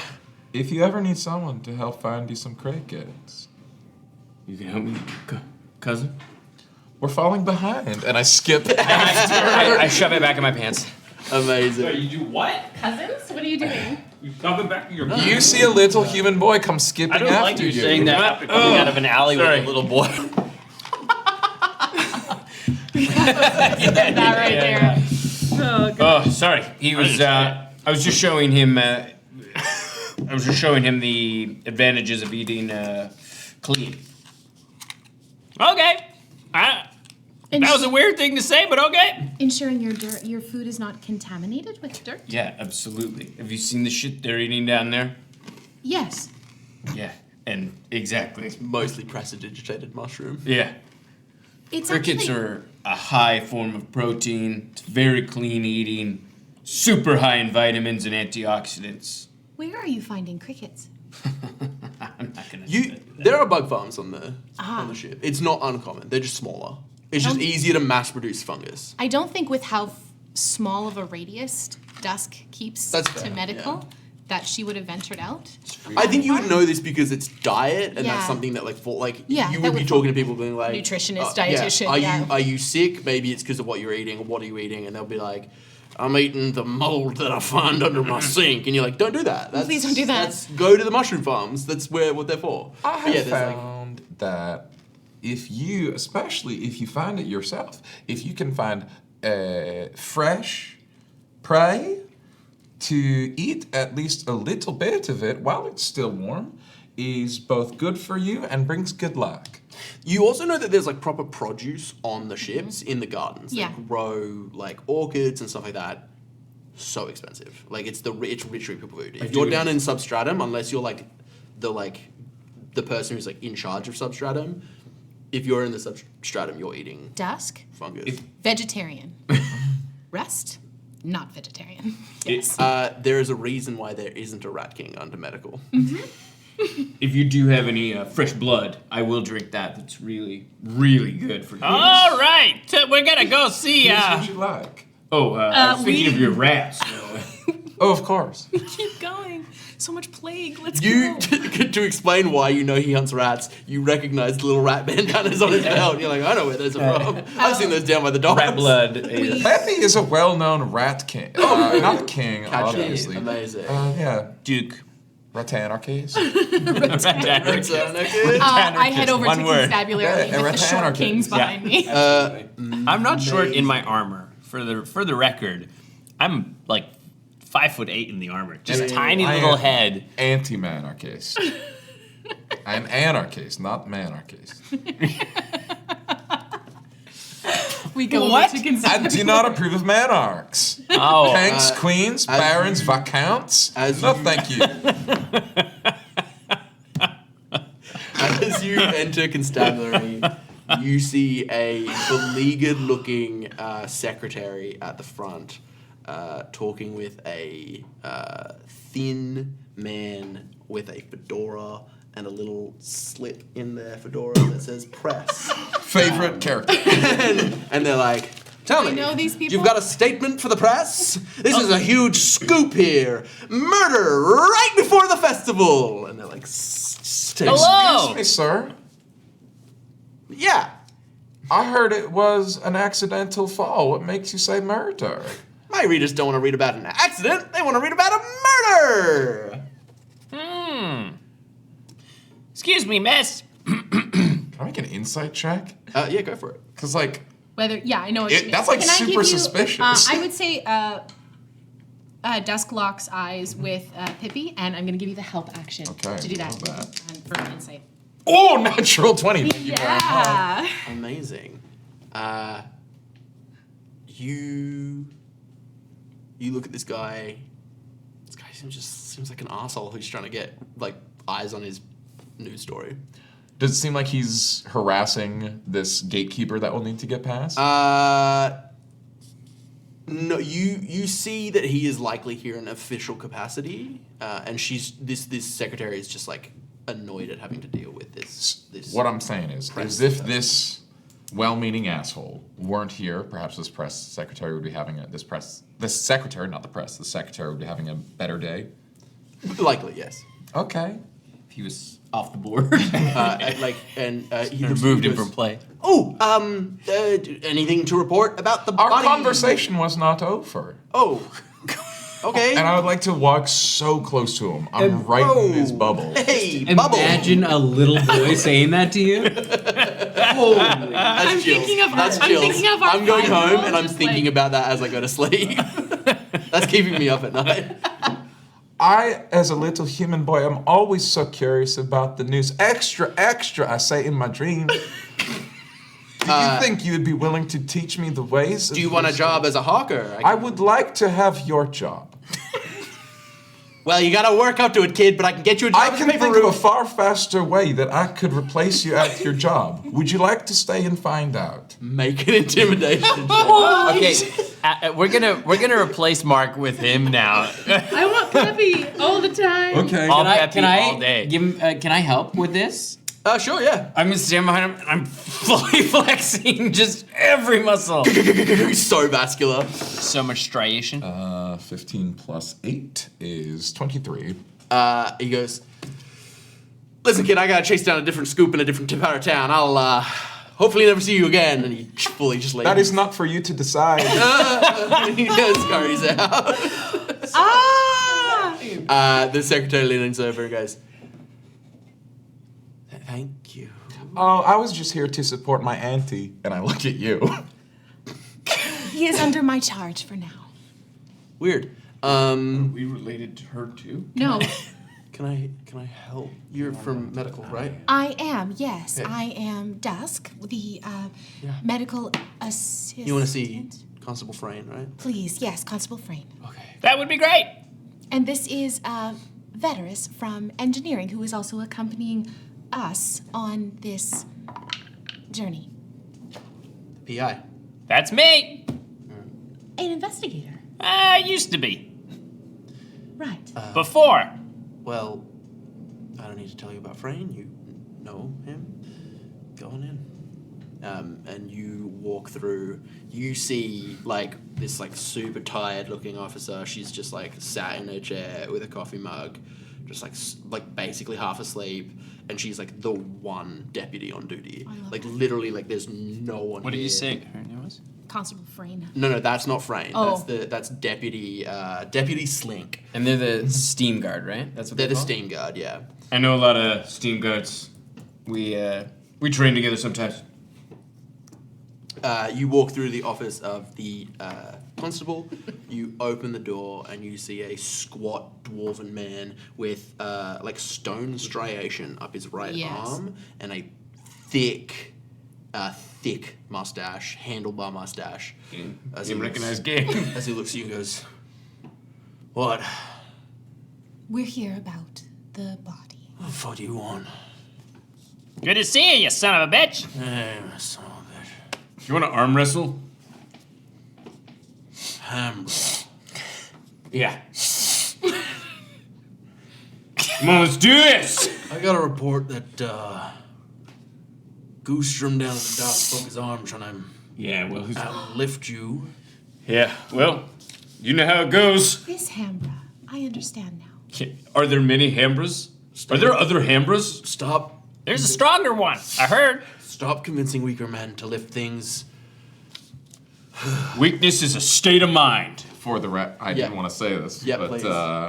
as a little human boy, I am able to hide myself behind larger characters. Amazing, So yeah. being in the place of law enforcement, I would love to hide behind my auntie. Great. Dusk, right? It is, yes. Great. Report. He was pushed. No, he wasn't. He fell. Perhaps you didn't hear me properly. Perhaps you didn't hear me. It's 2 days to the fucking festival. He fell. You don't get to tell me how to do my job. Nor do you. And my report says he fell. If your report comes in, I'll just... made an error. I don't make mistakes, Constable. Seems like you did. I heard that there was some sort of odd device found with the body. Yeah, it was some sort of sabotage device, I don't know. What makes you think it was a sabotage device? Why else would he be up there with a strange device? He's a traitor. He fell. Luckily, he fell before he managed to do any damage to the accumulator and brought this ship to its fucking knees. Let's make a deal. Humor me. I will write in my report that he fell if you let me see the device. That's a good deal. Or we wrestle for it. Or That's also a good deal. I will tell everyone the truth. And exactly what you said to me with witnesses. I don't work for you, Constable. I work for the Andolu. I was given this post by King Empress himself. Then I shall speak to King Empress himself. Right. Frank, You can see the device. You write my report. The way I want it. He fell. I'm not getting into this close to the festival. Especially not the first one. how about this? First one? It's the first year. It's the first anniversary of the end of the world. How about this? We'll do a quiet, off-the-book investigation as to what happened. That way, if we turn up anything good or interesting you should be aware of, then you can say it was a sanctioned investigation, off the books. And you look great. If we don't turn anything up, then he fell. And everything goes great. It's a win-win. But we need a little bit of authority to be able to ask questions and poke around a little. Fine. But you think things are bad now. Everyone in the city is getting the day off to celebrate. And up there, they can handle it. Down here, there are people who are going to die because of this fucking festival. So I don't have room on my plate to investigate a fucking traitor who All right. fell. Hey, let's go easy with the traitor talk. That was my cousin and his uncle. Maybe it was Just family reaching behind business. us. Let's take a look at the device, Go. and we'll see what we can find. Insight. Is this guy like an actually overworked thing? Yeah. Or is he maybe that's another nat 20. Oh! You look at him, you see, you get the sense when, so if, I'm going to give you a few things. Natural 20 gives you a lot. You kind of, because you're hiding, you get this whole conversation in kind of a perspective that no one really else has. When Dusk threatened to go to the king, that he was amused. Like, who the fuck in Substratum can get to the king? Yeah. Like, literally no chance. But a part of him was like, you saw a glimmer of his eye of like, it is well within my power that you never walk out of this building alive. He was like, I can find someone else for medical. Like, you see, this dude is... Might as well be the king. This dude is essentially the most powerful person in Substratum. It's wrestling. You know that, like, he probably doesn't need just deputies. He probably has, like, people who, like, work essentially like posses. Like, he's like, oh, some dock workers who want to go let off some steam. We've got a criminal for you to bash up. Like, fully, he's not a good dude. He's pretty corrupt. But you do get the sense that he's like, this death has the potential to be eventful enough that it could create more upset within the substratum days before literally everyone takes a day off to drink themselves into a stupor. He's like, He's on the level, he's just morally questionable. Yes. All about that order, less about the law. Yep. Cool. 100%. He wants to make sure that as few people die during the festival. He's like worried And he's about willing to do it riots, through and he's willing to. sus means, but But he's he also didn't kill willing this to guy. just like have a dude who's already dead be labeled a traitor and Great. be done with it. Yeah. Cool. All right, well, let's take a look at this device. Yeah. Slink. Show him. See the one gonna. Yeah, Constable. Yeah. This way. And you get led down, and you get led into a kind of cage that Slink unlocks and opens. There's a few pieces of evidence here or there. There's like a big section of like drugs and contraband. There's like weapons that have there's weapons that have been confiscated. You find like literal pieces of like chunked rock with metal and stuff in it that you suspect are just like things that people tried to smuggle in from the surface world as like things to sell as curiosities and knickknacks, but you have to put it through it like all has to go through the system. And so like these are things that have been confiscated from smuggling. You see Slink kind of go in the back, grab a container and open it, and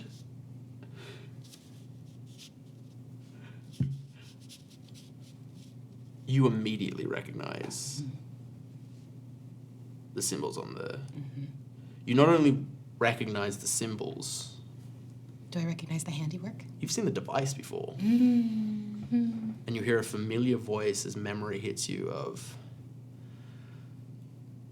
There is so much possible if you just are willing to reach for it. And you see a grey, scaled claw holding this device as you think back. What am I doing when he's holding this device? Like, Standing quietly, listening to him rant. And as your vision kind of comes back to the present, and you see this device, that is where we're going to take our break. Baby! That plot thickens, baby. I am high-key obsessed with these characters already. I need more than a one-shot mini arc between season 2 of Edge, please. No, you're just like running a marathon. I want to give a huge thank you to the wonderful folks at WizKids for sending us some sweet goodies. And I'm so excited to dive into those at Chatwater tonight. If you want to come hang out with us at Chatwater, you can join our Patreon. You can type !Patreon in the chat. There's a bunch of really awesome stuff on there, a bunch of behind-the-scenes stuff.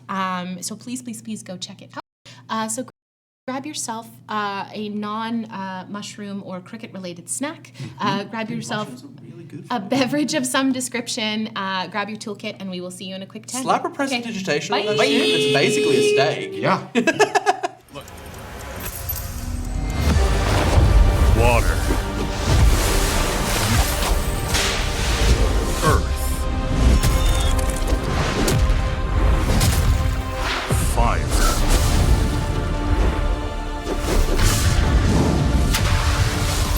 Air.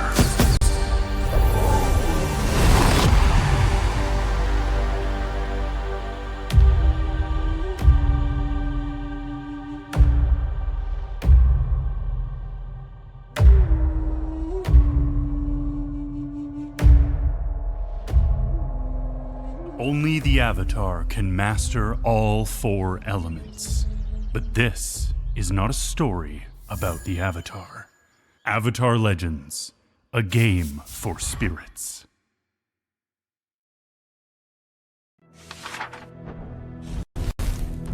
Explore the wondrous world of the Curse of the Usurper in this sprawling 900-plus page, 3-book campaign setting.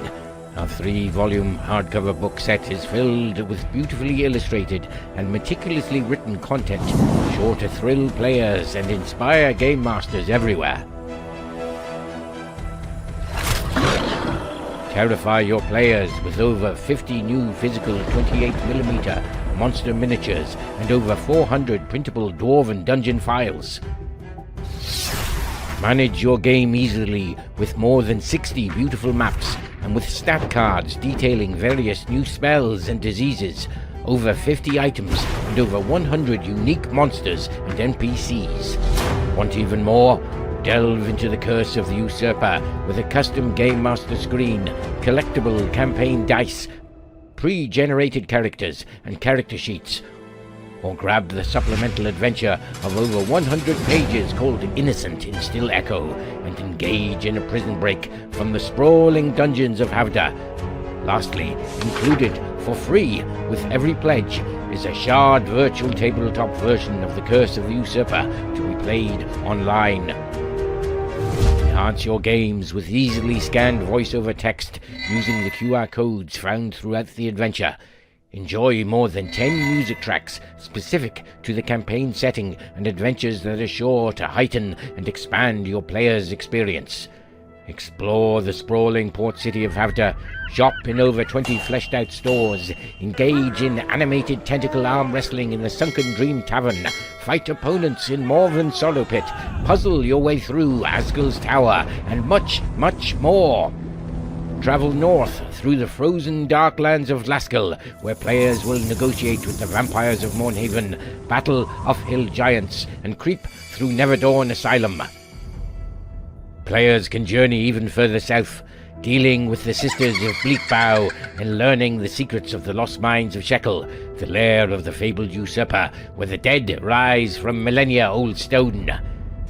Sharpen your weapons, strap on your adventuring packs, grab your spellbook, and back the Curse of the Usurper for an all-inclusive campaign experience today.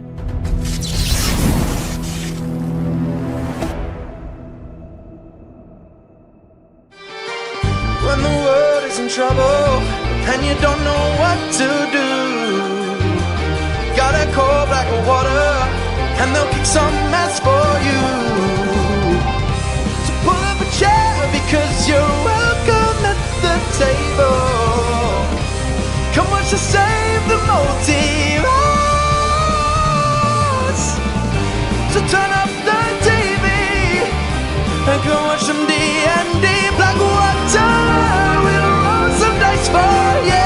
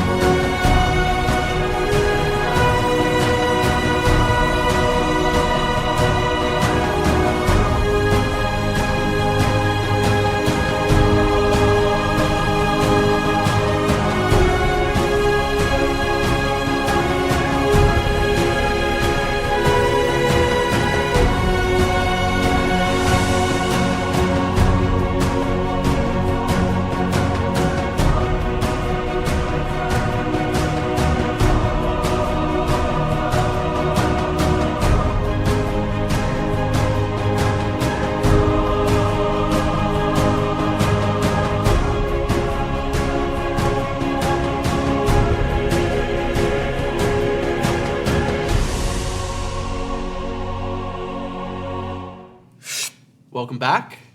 Before the break, we had discovered a device that had been found in the hands of Eladri Oldwillow. And you, Dusk, you had recognized it as a implement of the Droxus Empire, which is the nation to the south that is very has a very animosity. Animistic? How do you Antagonistic. Antagonistic is There we great. go. Antagonistic. They don't like them. Yeah, they don't like each other. Slink, can we have the room? No. All right. That's pretty fair. Am I allowed to touch it? Make me a persuasion check. I'm a bit of a tinkerer myself. If you want me to take a look. Guidance. Put my hand on my hip. Does Veteris recognize it as a Yeah, do I recognize it? Yeah, make me a gnome of knowledge? Make me like an intelligence mechanical check, which I'll say you have proficiency in. So like an intelligence. Natural 20. This guy knows. 23. 23. Amazing. What do you want me to add? Proficiency plus intelligence. Okay. It was also a natural Right 20. there. It was a natural. And what was this? So 27. Amazing. I know what it is. She looks at you guys. Be fucking careful, but yeah, you can like just as little as possible. As she says this, you look at this implement. You get the sense that do you convey what you like your findings, or is this internal? Well, let me know what it is, and then I'll let you know if I convey it. I think I need to whisper it. Do you need us all to leave? But he's No, just I gonna think- convey. I think this Okay. is gonna be like a really short, like Okay. it's this thing. You don't need everyone to Okay. listen. Whispers. This Whispers brought to you by Whispers. Wonder what these drugs are all about. Drugs are bad, Okay. cousin. I would never do drugs in front of you, Uncle. That's very considerate. The fucking the additives of your sentences are so There's just upsetting little to me. brackets at the end. Such unnecessary extra words that you use that are just fully bad. He would just share it. He'd be like, I think this is a switch for something. Interesting. A switch for what? I'm going to gently... I don't Say know. shit, there's cops around. I gently place one finger on it, and I'm going to cast Identify. Amazing. I need you to make me a spellcasting check. Okay. Adding my spellcasting ability modifier. DC 16, yep. Okay. I'm just doing some air squats. Oh, nope. 15 plus 5 is a flirty 20. Great. You go to cast Identify. As the magic goes out, you feel multiple layers of anti-divination wards, and you pull back the spell in time to not get a backlash of psychic energy. This object has been enchanted by, well, you know who it's been enchanted by, exceedingly powerful, and they've made it so it's very hard to figure out what it does. Okay. So you do use that spell slot. That's fine. But it's like that successful arcane check is basically you like sticking your hand in the trap and pulling it out in time to not lose the finger. Trying to tell as much truth to Slink as possible. I'm unable to at this time ascertain what it is, but I'll keep thinking on it. Well, this one says it's a switch. Do you know what it's a switch for? I don't. But we can find out. What was it switched with? Oh no, it's a switch. Never. I think I can figure it out, but I think I'm gonna have to take it out of here. No. No? That's... Frain said that we would have a certain amount of jurisdiction to If this is lead this If investigation. this is a switch to something, this is the safest place for it. I would recommend your next steps going to where he fell from. All right. See what you can find. If we figure out that we do need it for something, would you recommend us coming back and requesting it then?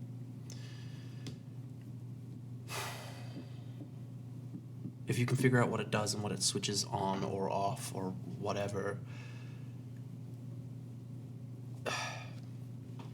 To you or Frain? Fuck, God. Why don't you go ask him?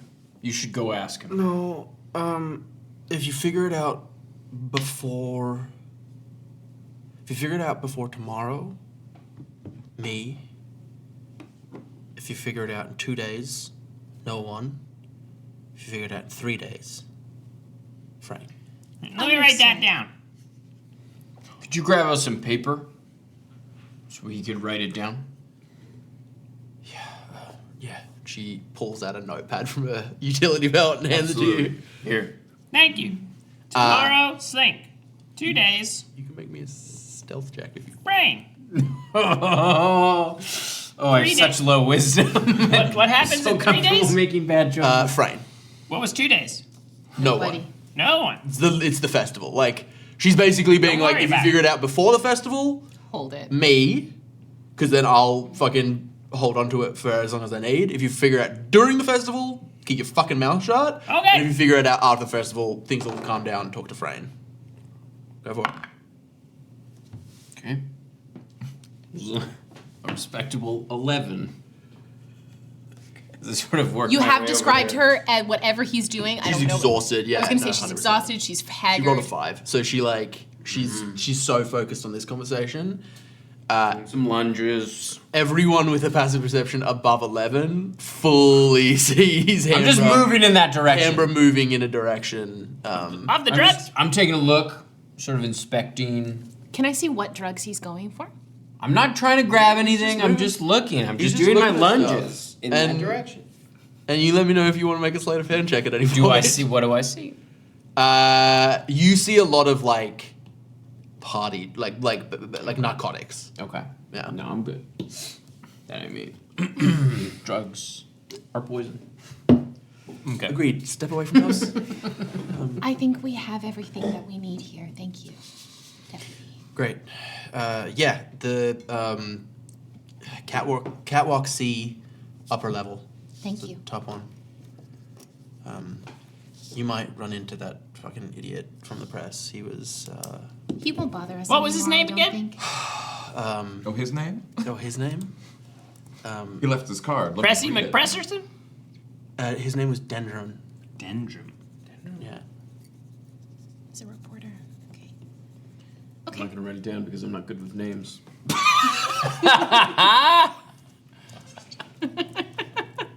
Just this energy Love the also? confidence. Peppy isn't saying shit. There's cops around. He ain't no narc. He's literally saying nothing. He's just like, it's Is he just behind wherever. Dusk? Yeah. It's absolutely the like ring around the rosy, like wherever she goes, it's Yes. perfectly. Amber's pretty shook about the constable that like cops are bad. He didn't know that cops were bad. No. Got that low wisdom, yeah. So I think seeing, I really try and take a mental note of everything and try and keep a track of like the runes that I saw on it. Amazing. And then I would look to everyone and go, we should go to Catwalk C. All right. We should make our way over there.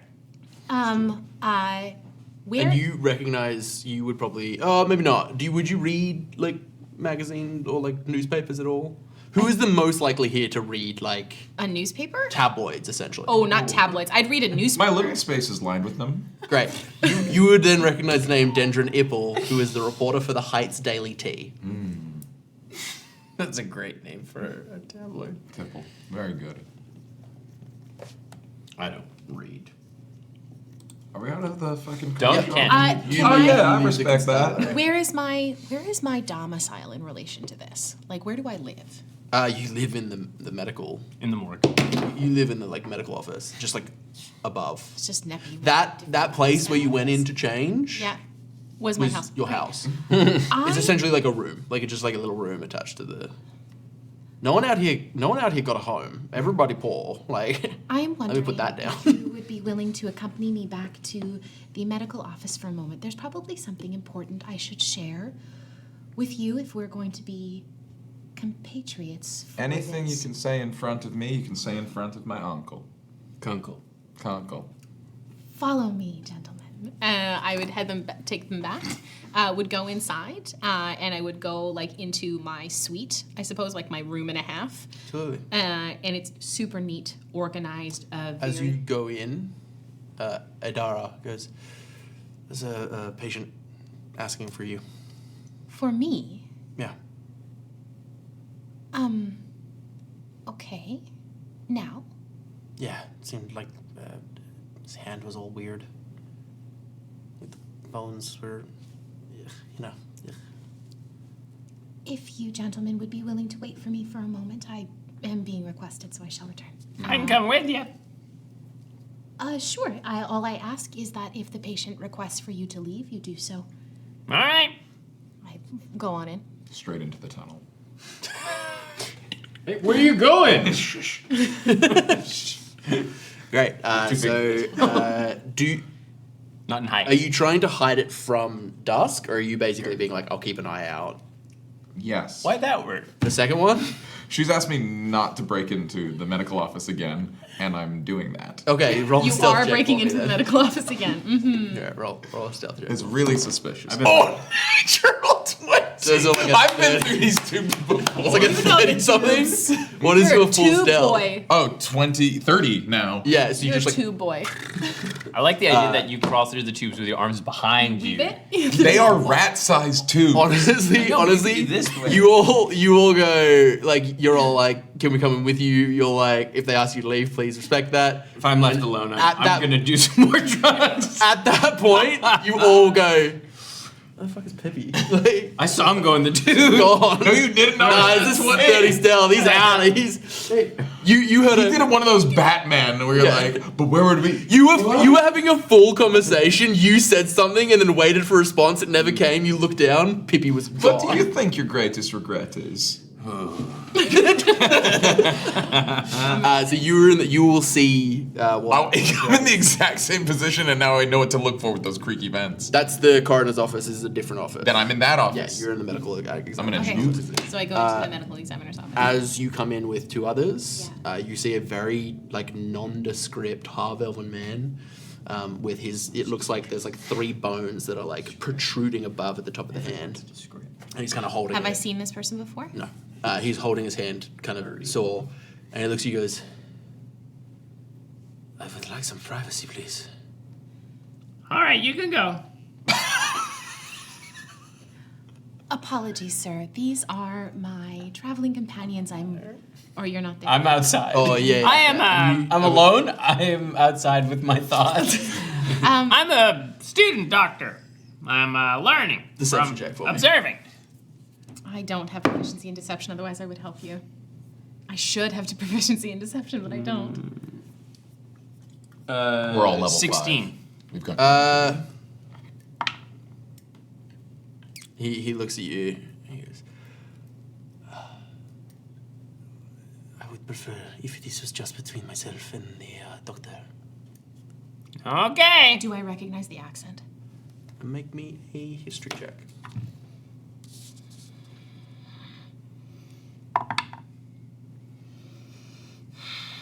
It's a good thing I took expertise in history as part of being a knowledge cleric, because that's a 28. Ooh. He's not from the north. He certainly is not.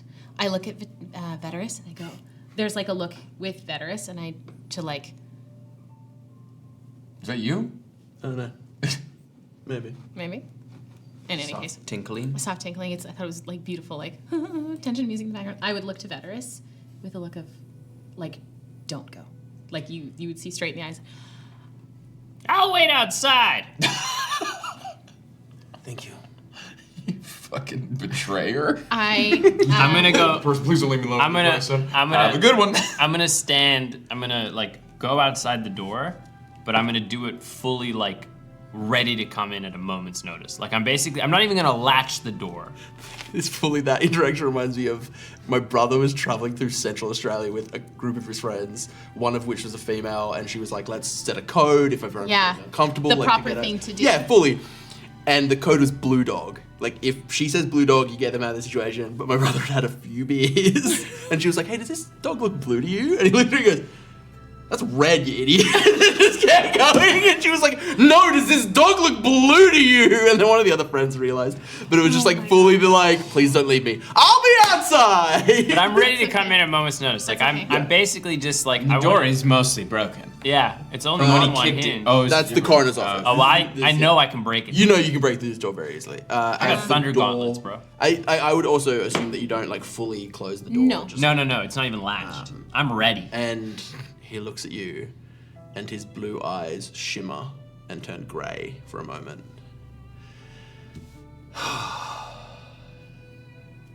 He is not pleased. Say what you need to say, then leave. Why are you here in this hole? He can provide you things. And you see from above, you don't see the eyes, but you do see like the shimmer of the T-1000, that like metal movement of grey scales that fade across the skin. My master is a patient man, but you push the bounds of this. He knew that when he married me. Yes, he married you. And he expects his wife to be by his side, especially this close to his goals being realized. Well, if he is a patient man, he understands that I am here pursuing something that brings me joy. Your joy is second to his. You know this. Oh. Yuck, let me write that down. Dusk says nothing to that. Do you have any medical ailments that require treating, sir? I remind you, little serpent, you may be the last of your kind. Only the good doctor can make sure that that is not the case.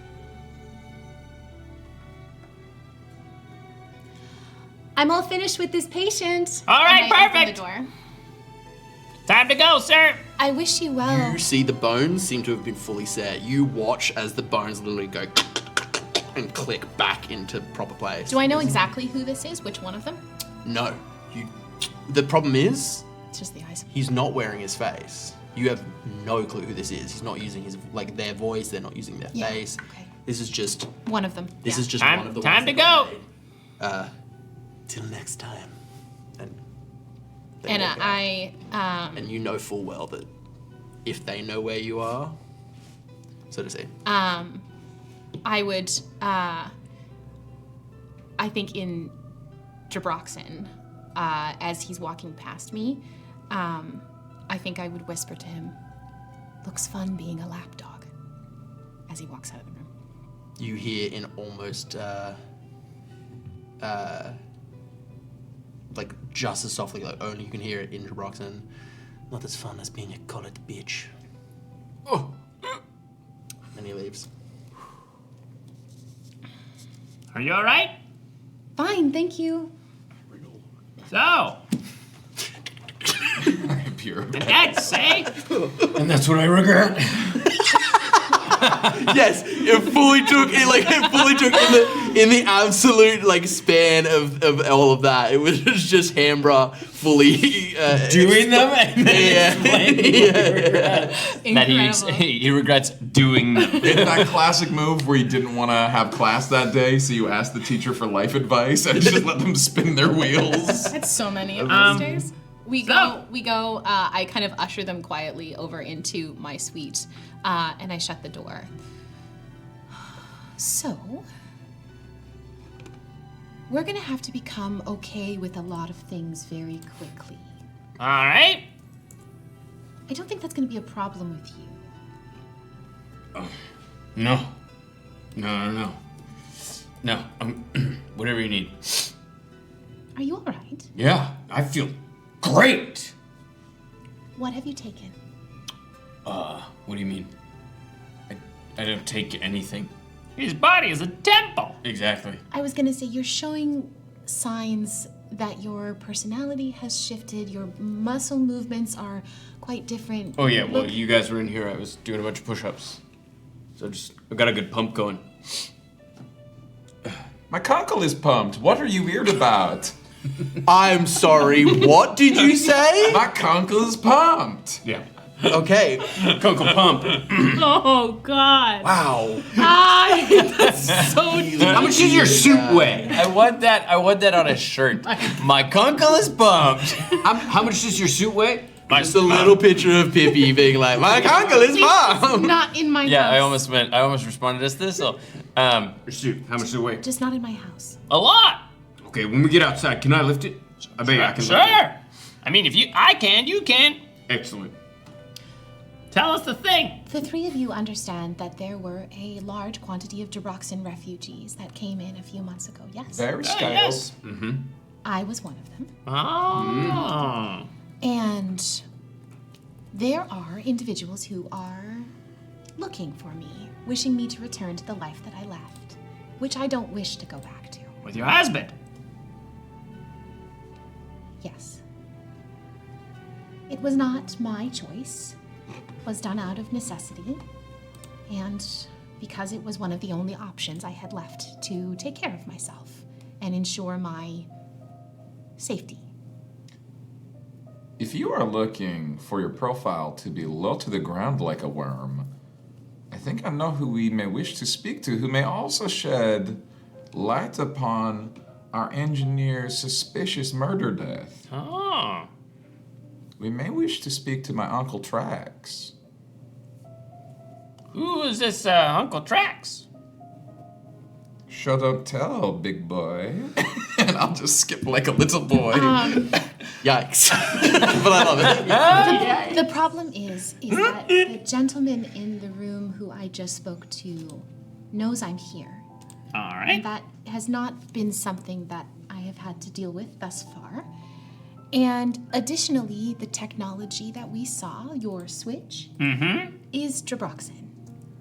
What does it switch?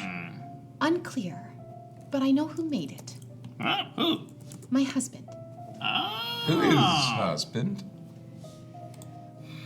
His name is Ashkir Grayscale. You can all make history checks for me if you want.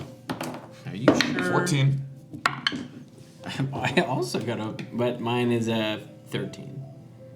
25.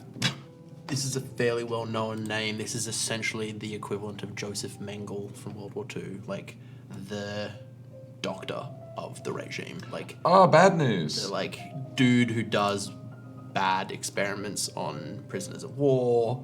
You heard a lot of stuff from the refugees, from the rebels, that like anyone that was captured, they would see them on the battle within a week, fully changed. Like, bad guy, real bad guy. Yeah. You defiled a lot of temples. Yes.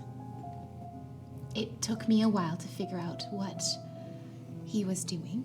And obviously, being someone who is also a practitioner of medical arts, I took issue with this. What was your history? Sorry? 25.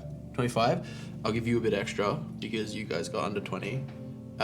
You have heard rumor of the development of the faceless, a people that can look however they wish. There are a few tells, like if they get really passionate about something, there's like sometimes they'll like show hints of grey. But you know that they are like, the rumor is that they are genetically created creatures.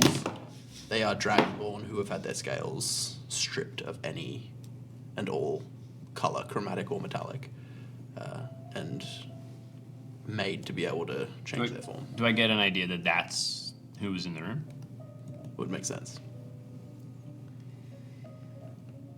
Would you like to pursue the murder death, or would you like to deal with your husband's boyfriends? I think He the two are usually- connected. He usually did prefer them to me anyway, so I would say the two are one in the same path. My sense is if we follow this crime, we will figure out what's happening and potentially we can move the faceless off my trail for a while. I would rather not return back to Debroxis for very many apparent reasons. And when I wouldn't have known that Pippy was in the grate above. No, No, I I was know. And 20. Veteris heard the entire conversation, Yeah, Veteris essentially. listened in. And I don't think I say anything about being like the last of my kind, or I don't even. Veteris and Pippy wouldn't have heard the last comment that he made. Right. But- About like being a collared bitch. No. Because it was also in drab, so. Yes, but like he did say in Viodethin that like I was the last of my kind. Right? Or- No, I feel like the conversation would have switched to drab Okay. for most of it. For most of like as soon as Veteris left. Okay. It would have switched to drab. Okay. And Pippy, I want to. Do you speak Drabroxan? Is that Dragonborn? It's essentially Draconic, yeah. Nah. I think I. Do you speak Draconic? No. Okay. Speak the equivalent of Elvish, Giant, and Goblin. Right. And to something that I mean equivalent. I don't know this world yeah, that There's a well. lot of like nationality Yeah, languages it's rather more- than species it's- languages. essentially like racial languages. If you're like an elf and you speak Common and Elvish, you speak the language of the country you're in, so Viodethin, and then Elvish is like Latin. It's like a language that people can know but isn't really used in casual conversation. I probably don't know that. So yeah, it's very like it's essentially like Viodethin or Drab are the two languages of the continent, and then there's like a language you speak because of where you're from. You're not from either of them. There's very like niche small languages, and then there's Primordial, which is like essentially the French for Canada. Like it's like a very common second language because Viodethis was run by Cool. Genasi for a very long time and genies. Oh, King Emrys himself is a Ifrit. Like he's a fire genie. Like very magical. And I look towards Pippy. I also want to apologize for the first time we interacted. I wasn't sure who you were, and it was a instinctual reaction. I was a little boy in an autopsy.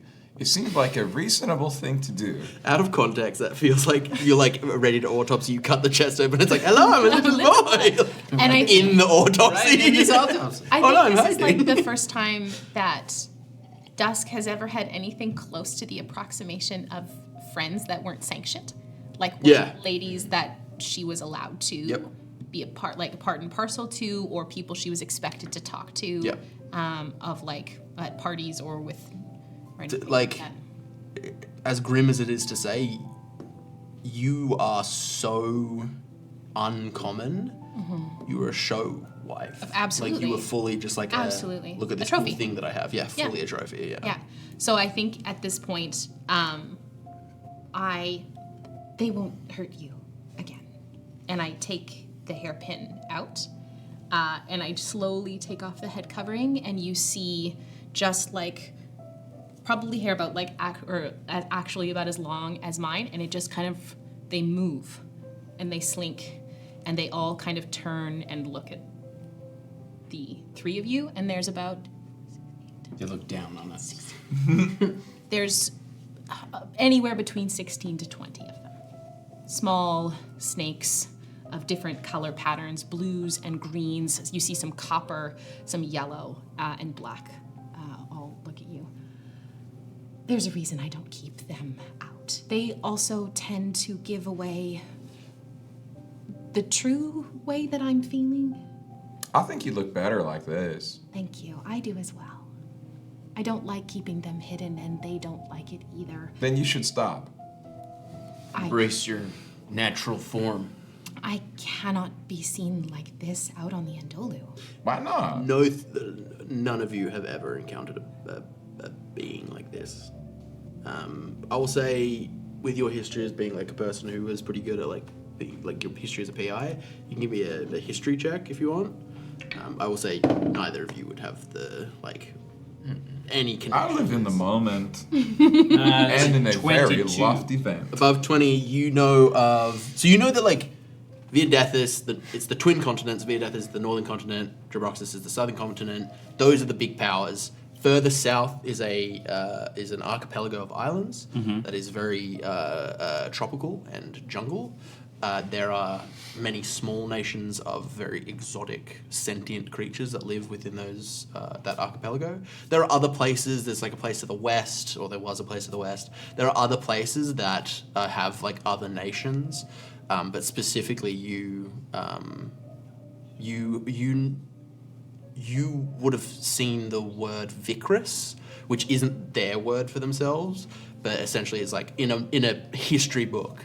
Like basically like an explorer who was like, I found these people and I've named them this because that is my right. Discovered by John Yeah, Viperis. like fully, yeah. John Viperis was like, colonial. the Viperis, I found them, they're mine to claim. But you find the word Viperis, which are described kind of as like these snake-haired people, and you kind of think back. You remember this history book that you were reading, and it was one of those history books that are like, take it maybe with a grain of salt. Like the dude who wrote it was, there's like one full chapter where he talks about how he hand fought a dragon. Like there's just like a lot of stuff where you're like, I don't know about this guy, but some of the stuff that he talks about is true. So it was like you've always taken it with a grain of salt, but standing in front of you is a living what you know as a Viperis. So, if we can solve this as fast as possible, perhaps I can give the Faceless a slip once more. And I bargained for political immunity and asylum here. That's why I'm down here. So I wasn't kidding when I said I had a line to King Empress. To say that you have a line to King Ambrose is like Stretching it. a bit stretch, yeah. Absolutely. And but Dusk knows that. okay, yeah. Absolutely, I know that. But in this moment, I need to... You have a line to a person who has a line to a person who has a line to King Ambrose. At this point, I think I need to believe for my own safety that I have a line there. Yeah. So I can move and get lost. Medical is something they always need around this ship, and I have been hoping to try and find someone who can help me disguise what I look like. Oh. Yeah. I'll tell you what we should do. We solve the murder crime. That takes care of we make police friend, and I do think my Uncle Trax would be very interested in you. He's good at hiding. Wonderful. Also, have you mentioned about rats before? Oh, everyone knows I take care of rats. I'm Pippy the rat boy. Perhaps there is... No, rat boy is profession, human boy is passion. Oh no! No! No! No! That one didn't come out right. No, I said what I said. Yuck. I look at Pippy. I'm taking psychic damage. Emotional psychic Roll a damage. D6. D6? You... Got a little bit of blood here. That's a 5. Hambra fully is bleeding from both nostrils. for many reasons. For a different reason. Just thinking too hard about things. Too much pump. I'm not sure what you do with the rats afterwards, but I send a message. You do. Perhaps I have mouths to feed. Ooh, jeez. I did call dibs on the blood. Rat blood! We could work out an agreement of some kind for exchange for speaking to your Uncle Trax about this. Okay. Who wants to solve a murder crime? To the catwalk C? Sure. We'll see what's at sea. Pippy is so disconcerting. My skin You're heading is to the crawling. catwalk first, or you're going to tracks? Well, it sounds like if we take care of solve the murder catwalk, first. we may have more to say Uncle Trax to. Yeah, we'll change the Is there a ladder up there? Or is it stairs? You know that there is a series of like walkways and I know the ladders, and there's like Yeah, because every ladder I'm taking just with my arms. Oh, fuck. No legs. What do climbers call that? They got a word for that. No. No. It's like Fencing. boulder. Yeah. amazing. So you make your way up. You climb through the like, because again this crystal is massive. It's like 200 feet, and the bottom of it hangs out of the bottom of the ship. Like, it is huge using. It essentially is what is, like, anything from the tip down is Substratum. Like, everything above the crystal is other neighborhoods, but the Substratum is the largest neighborhood purely because it has to house the Arcane Accumulator, which is massive. So you know, like, a lot of people live on like houses that suspend from the roof and shit like that.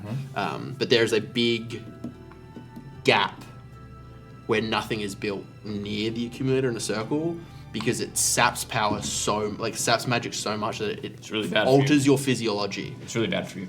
A lot of toxins. You would know also at the cargo bay that there are like little miniature versions that create a barrier that ships don't go through, or else their like crystals will get drained and they will like literally fall from the sky. Yeah, no, that's my pants are lined with special material to keep that away from me. What material? I'm not at liberty to say. Amazing. So you climb up and You've signed an NDA. I bought it from a reputable vendor. He said that it would protect me from any, he called them arcane strays. So, gotta protect, gotta protect myself. What's floating around in the air. Right. Great. So you make your way to Catwalk C at the very height of the Arcane Accumulator.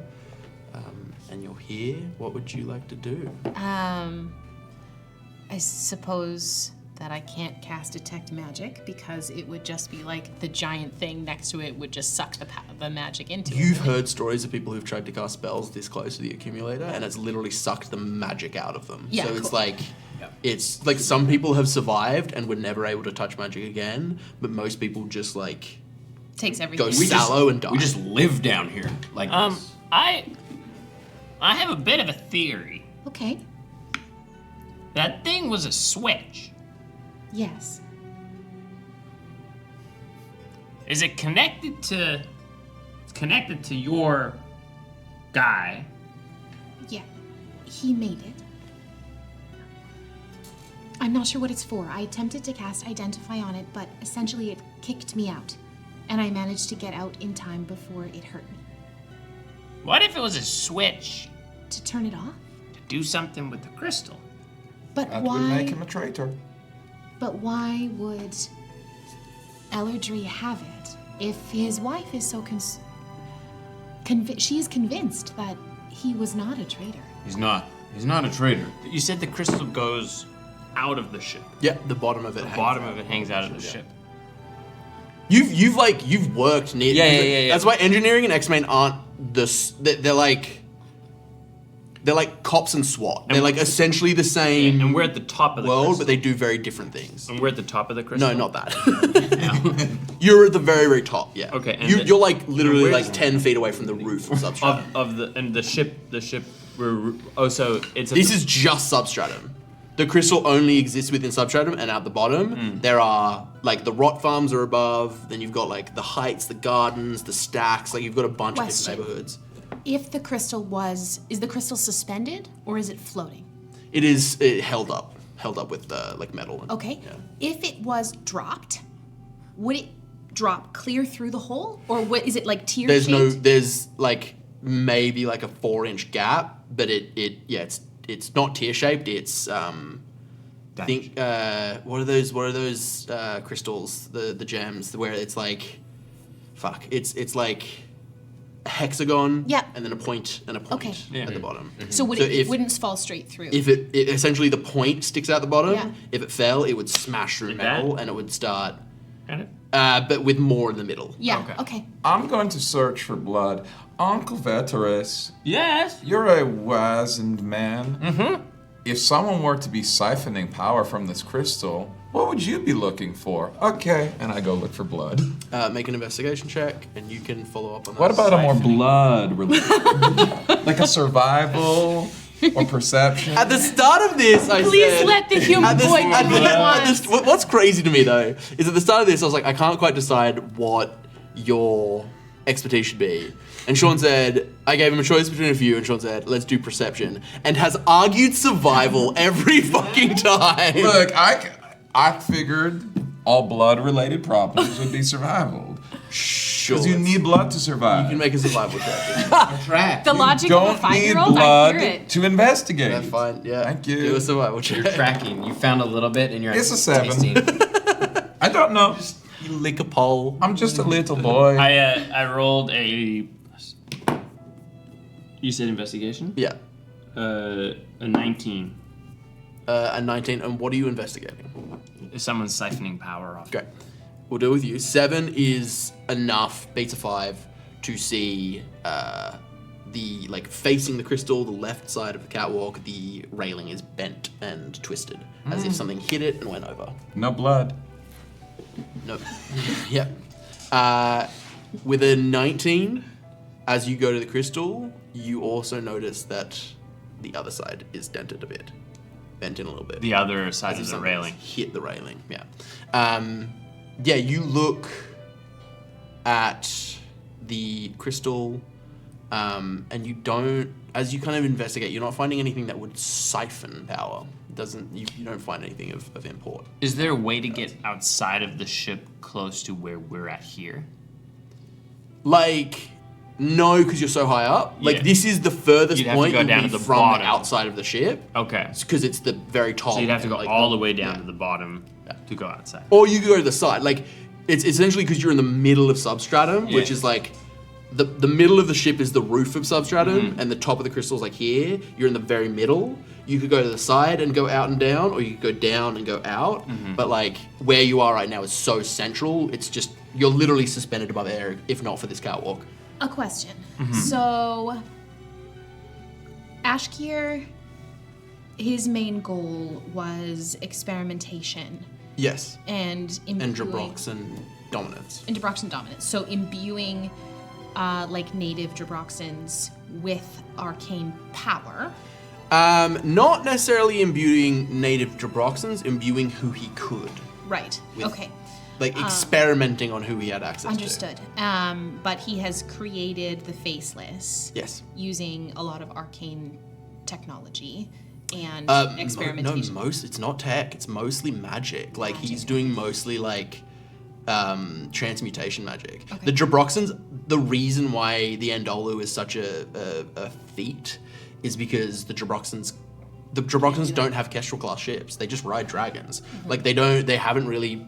The only reason why they have the ships the size they do is because they had spies in Viperondae. Yeah. They're not a super technologically advanced nation. They're just super magically powerful, and they have a fuck ton of dragons. Okay. So it's like... So my question is, would this be, so this piece of technology that he's created is something that was like, would be a push even for him? This like... This is something that you get the sense that it's like something that maybe someone from Viperondae invented to do something else. He's stolen the plans of that, or he's had a spy like deliver him the plans of that, and he has corrupted it and transmuted it with his magic. Okay, and this device, did it look like it could embed into crystal?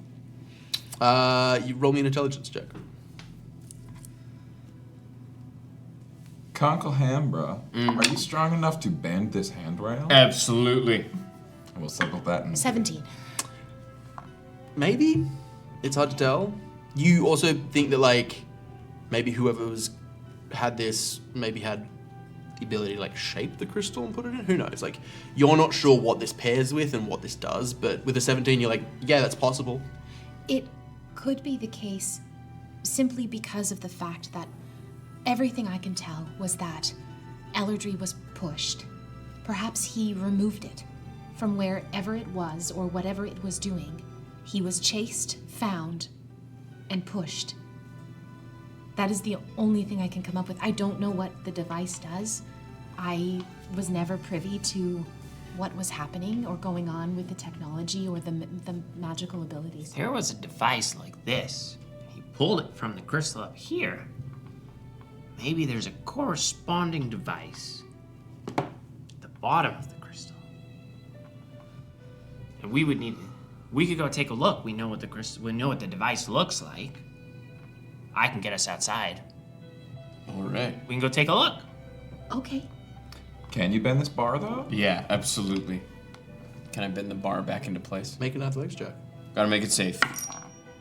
That's a natural 19, so that's 27. Or 28. Pop it right back in place. Easy was. I could tell it was very easy for you, Uncle Hambra. But how strong would someone have to be to do that? Whoever kicked the man down the hole, would they be a strong person? Not as strong as me, Obviously. but pretty strong. Yeah? You look at this and you Depending on how big, I mean... It is not an unreasonable assumption that just the weight of the body hitting this with like really any amount of force. These are guardrails. They're meant to like stable if the ship shakes a bit. But if you're falling full like limp body into the pole, you're probably gonna bend it as you go over. They're guardrails. They're not really meant to protect you. Nor did they. Fuck. I thought about it. I was like, oh, it's kind of like we're looking after Pippy. And I was like, no, it's the other way around. Pippy has adopted us for now. For now. For now. Shall we go take a look at the I think bottom of the crystal? That's as good a lead as any. All right. Yeah. And I would take them down all of the like stairs and ramp size stuff to the port hatch at the bottom. Okay. Like by the bottom of the crystal. Yeah, you go down to the port hatchet. Who is going to the outside of the ship? Well, I Thing think that most people only do if they work for X-Main, and it is known to be a very dangerous endeavor. I can go take a peek by myself if you guys want. I'll go, but I don't wear a shirt. Is that going to be an issue?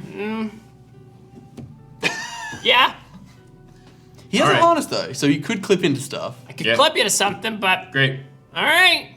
I like to You wanna push my come? body to the limit. No. All right, you're gonna stay. I will stay out here. Uh, I will stay in here from the outside. all right. We'll go I will take a stay look. away from outside in here. We'll go take a look at that crystal. I can't cast magic here because I was going to give you enhanced No, you can. I can. You are like the hatch is outside because the X-Men have to cast shit on themselves Right, to be okay. able to even survive. They cast shit on Yeah, themselves. they cast prestidigitation. I'm going to Shit themselves. cast which enhanceability would be best for you? You know he is X-Men, and you see his suit is like built to I'm grapple on the outside. Oh, okay. I don't have any. He needs magic. He needs help. He's literally going out. Is shirtless. Shirtless. I lean over to Veteris then. What would be helpful for me to make him better? Well, he's already pretty strong. I'm good. I don't need any arcane help. Maybe some constitution. Or his agility? I Sure. can do one of those things. Maybe make him a little bit more agile. He's a bit top heavy. Look, Make a medicine check for me. when you compete like I do, you don't focus on cardio. Where do you compete? The strongman competitions. Oh, There's at one the coming up at the festival. festival. Yeah, I've got a big competition. It's crazy 18. that I'm here right now. You've had X-Men patients I sure have. where like their suit broke or like they were ill prepared. A really common thing is burst eardrums because the pressure change. Another very common thing is like windburn, cold chill. You are thousands of feet above the ground. So Constitution It is would be Constitution is your best bet. Right. Are you sure? He also looks very athletic, so it looks like he probably could, with reason, pull himself. But it's like the Constitution is going to be. Now, you are an extremely capable individual. I'd like to make sure that you're as hearty as you might need to be. All right, but if at the competition sometimes they do they check you for magic. So if there's any residual, I'd get disqualified. This will fade within an hour. All right. So I think I pull out one of the snakes, Yoli, and she kind of curls up next to your ear, and you just hear this, and it's just like little snake whispers into your ear. Tickles. You would know this language, of course. It's Aspeth, which is the language of the Viperondae. And I'm going to cast, I believe it's Bull's Endurance on you for Bear's Endurance. Bear's Endurance for Constitution. So advantage on all Constitution checks and savings. Doesn't this also mean you can pull and drag twice as much? That's Bull Strength. I believe it gives you temporary hit points. I think Tim can probably pull quite a lot in drag. Could you imagine telling that? Yes, let me look in. You get pull in drag. Yes, He doesn't get it. He understands. I don't think he does. He's got that Bear's rainbow. Endurance, you have advantage on Constitution, and it also you gain 2d6 temporary hit points. Excellent. If Tim, I might need you to hit me out there. If Tim was in drag, he would pull. Because we've enhanced his ability. He's got a point. He's very handsome. Veteris, you reach down. I make my way out. Well, there's a process. You Okay. reach down and and the hatch lifts, and you see a small chamber that's enough to fit like 3 to 4 people that you climb down on. You pull down the hatch. You both hear it pneumatically seal. I do some little jumps. All right, Your listen. helmet- But it's gonna be really windy when I open the bottom hatch. Okay. So I'm gonna tether you in here to Yeah. start. Okay. All right? All right. I'm gonna tether him Great. to the inside it so that when it opens, it doesn't like blow him away. Perfect. Your helmet comes on. You hit the button. The bottom clunks, and you hear like a. I would like to rage. You rage, and I'll say that because you're not attacking or defending, but the Onslaught. basically the onslaught will count, so you'll be able to maintain a rage without having to attack. You hear a high-pitched whistling as the chamber repressurizes to be outside, and you feel yourself having a hard time breathing. I need a con save from you. At advantage. Okay, that's pretty good. That's 23.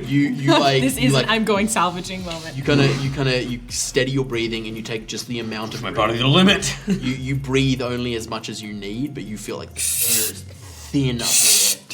And the hatch. About to do a big lift. The hatch goes, and a rush of freezing cold air fills the chamber. Yes! And even strapped in, you feel this pull as very adroitly Veteris just whoop flips, and you hear kung as you mag in. And when you go to because you would shift your tether, you would clip another tether on before unclipping the tether that you're attached to. It's my fucking heart. When you go to unclip the tether that I've attached you to, you see that I've made it so that it can't be unattached. What are you doing? And you would see my head lean into the hole, and I would say, I had to push him. He saw me. And I would pull out. We flash back to the constable's office. As you leave, Veteris rolled a 26 sleight of hand check to steal the detonator. As the hatch closes off from you, Veteris. He would pause for a second, and he would sort of say to himself, promised you you'd be safe. Promised you you'd be safe. And I'd hit the button. You hit the button. For both of you, your hairs stand up. Oh my god. As a silence builds. And then you hear boom, as all of the magic getting pulled into the crystal is reversed out. You are flung back so far. I need constitution saving throws. I'm still strapped on. I try and grab Pippy. It's a little box. You get rattled around like in a tin can, but you're fully just strapped into a thing. Oh, I missed. Oh, no. 7. A natural 20. Amazing.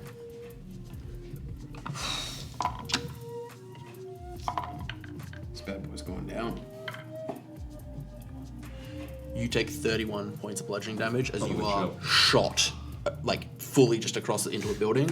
You take 15. Okay. As you like get knocked back and you manage to hold your feet, but you watch as the like lights in the substratum burst as they are filled with magic. You watch as an air genasi just dissolves into a puff of air. This arcane battery has been sucking up the primordial chaotic energy of the convergence to keep the Andolu afloat. Normally the Andolu was designed to go over ley lines, but it didn't need to. There was just rampant magic in the air. It's been sucking that in for a year, and all of that is released at once. And as chaos ensues on the entirety of the Andolu, and Veteris lets go of the ship, and little packs on his back ignite, and a small ship off in the distance waiting him. That is where we're going to end it tonight. What? Why? I was just trying to be a polite role player. I'm like, no, we can do your idea, and then we'll go talk to my guy. Sorry, yeah. We're all gonna die. Guess we gotta have Yanis roll a new character and do another one of them. No, I still trust him. Every better. I'm confused. He's not a traitor. Deeply confused. Oh my god. Garsh, team. Gosh, team. Should we tell them, or is it actionable? I don't know. I feel like that's a chat water, whatever the should we tell them? Yeah, I think it's a chat water. Oh, Cow water. boy, what a Hey. what first of some shot? Yeah, I think I could do this. I again. really like the concept of a sum shot. Yeah, I like Substratum vibes. Yeah. And there's If there's anything left of it. well, here's the thing. So for the folks at home, this is my way of basically being like, let's make season 2 of At the Edge of All Things. That is literally the moment season 2 is going to open on. Is like the ship being sabotaged, like the day before the festival. So that's like that beat. But like the Substratum probably will survive. Do you realize Faye's gonna lose her mind when she sees this? I'm gonna send it to her early. Oh my gosh. Damn. So if you're like, where can I see the events that happened like a year before this? How did everybody get up into the Andolu? What happened? Head on, you can type !YouTube and find the 9-part series over there, and go and watch it. It's really great. It's like one of the things that I'm like most proud of as far as D&D goes. It was The whole concept is. It was super fun, and amazing players, like fun. we had such a great time with our cast. It was myself and Tim and Cody and Bam from Art Hard Studios, Mindari, as well as Roz from right here at Questkeep. I love the silver linings so much, and I can't wait to step into them again with season 2, hopefully on the horizon, which we've been trying to get together. Thanks everyone for joining us tonight.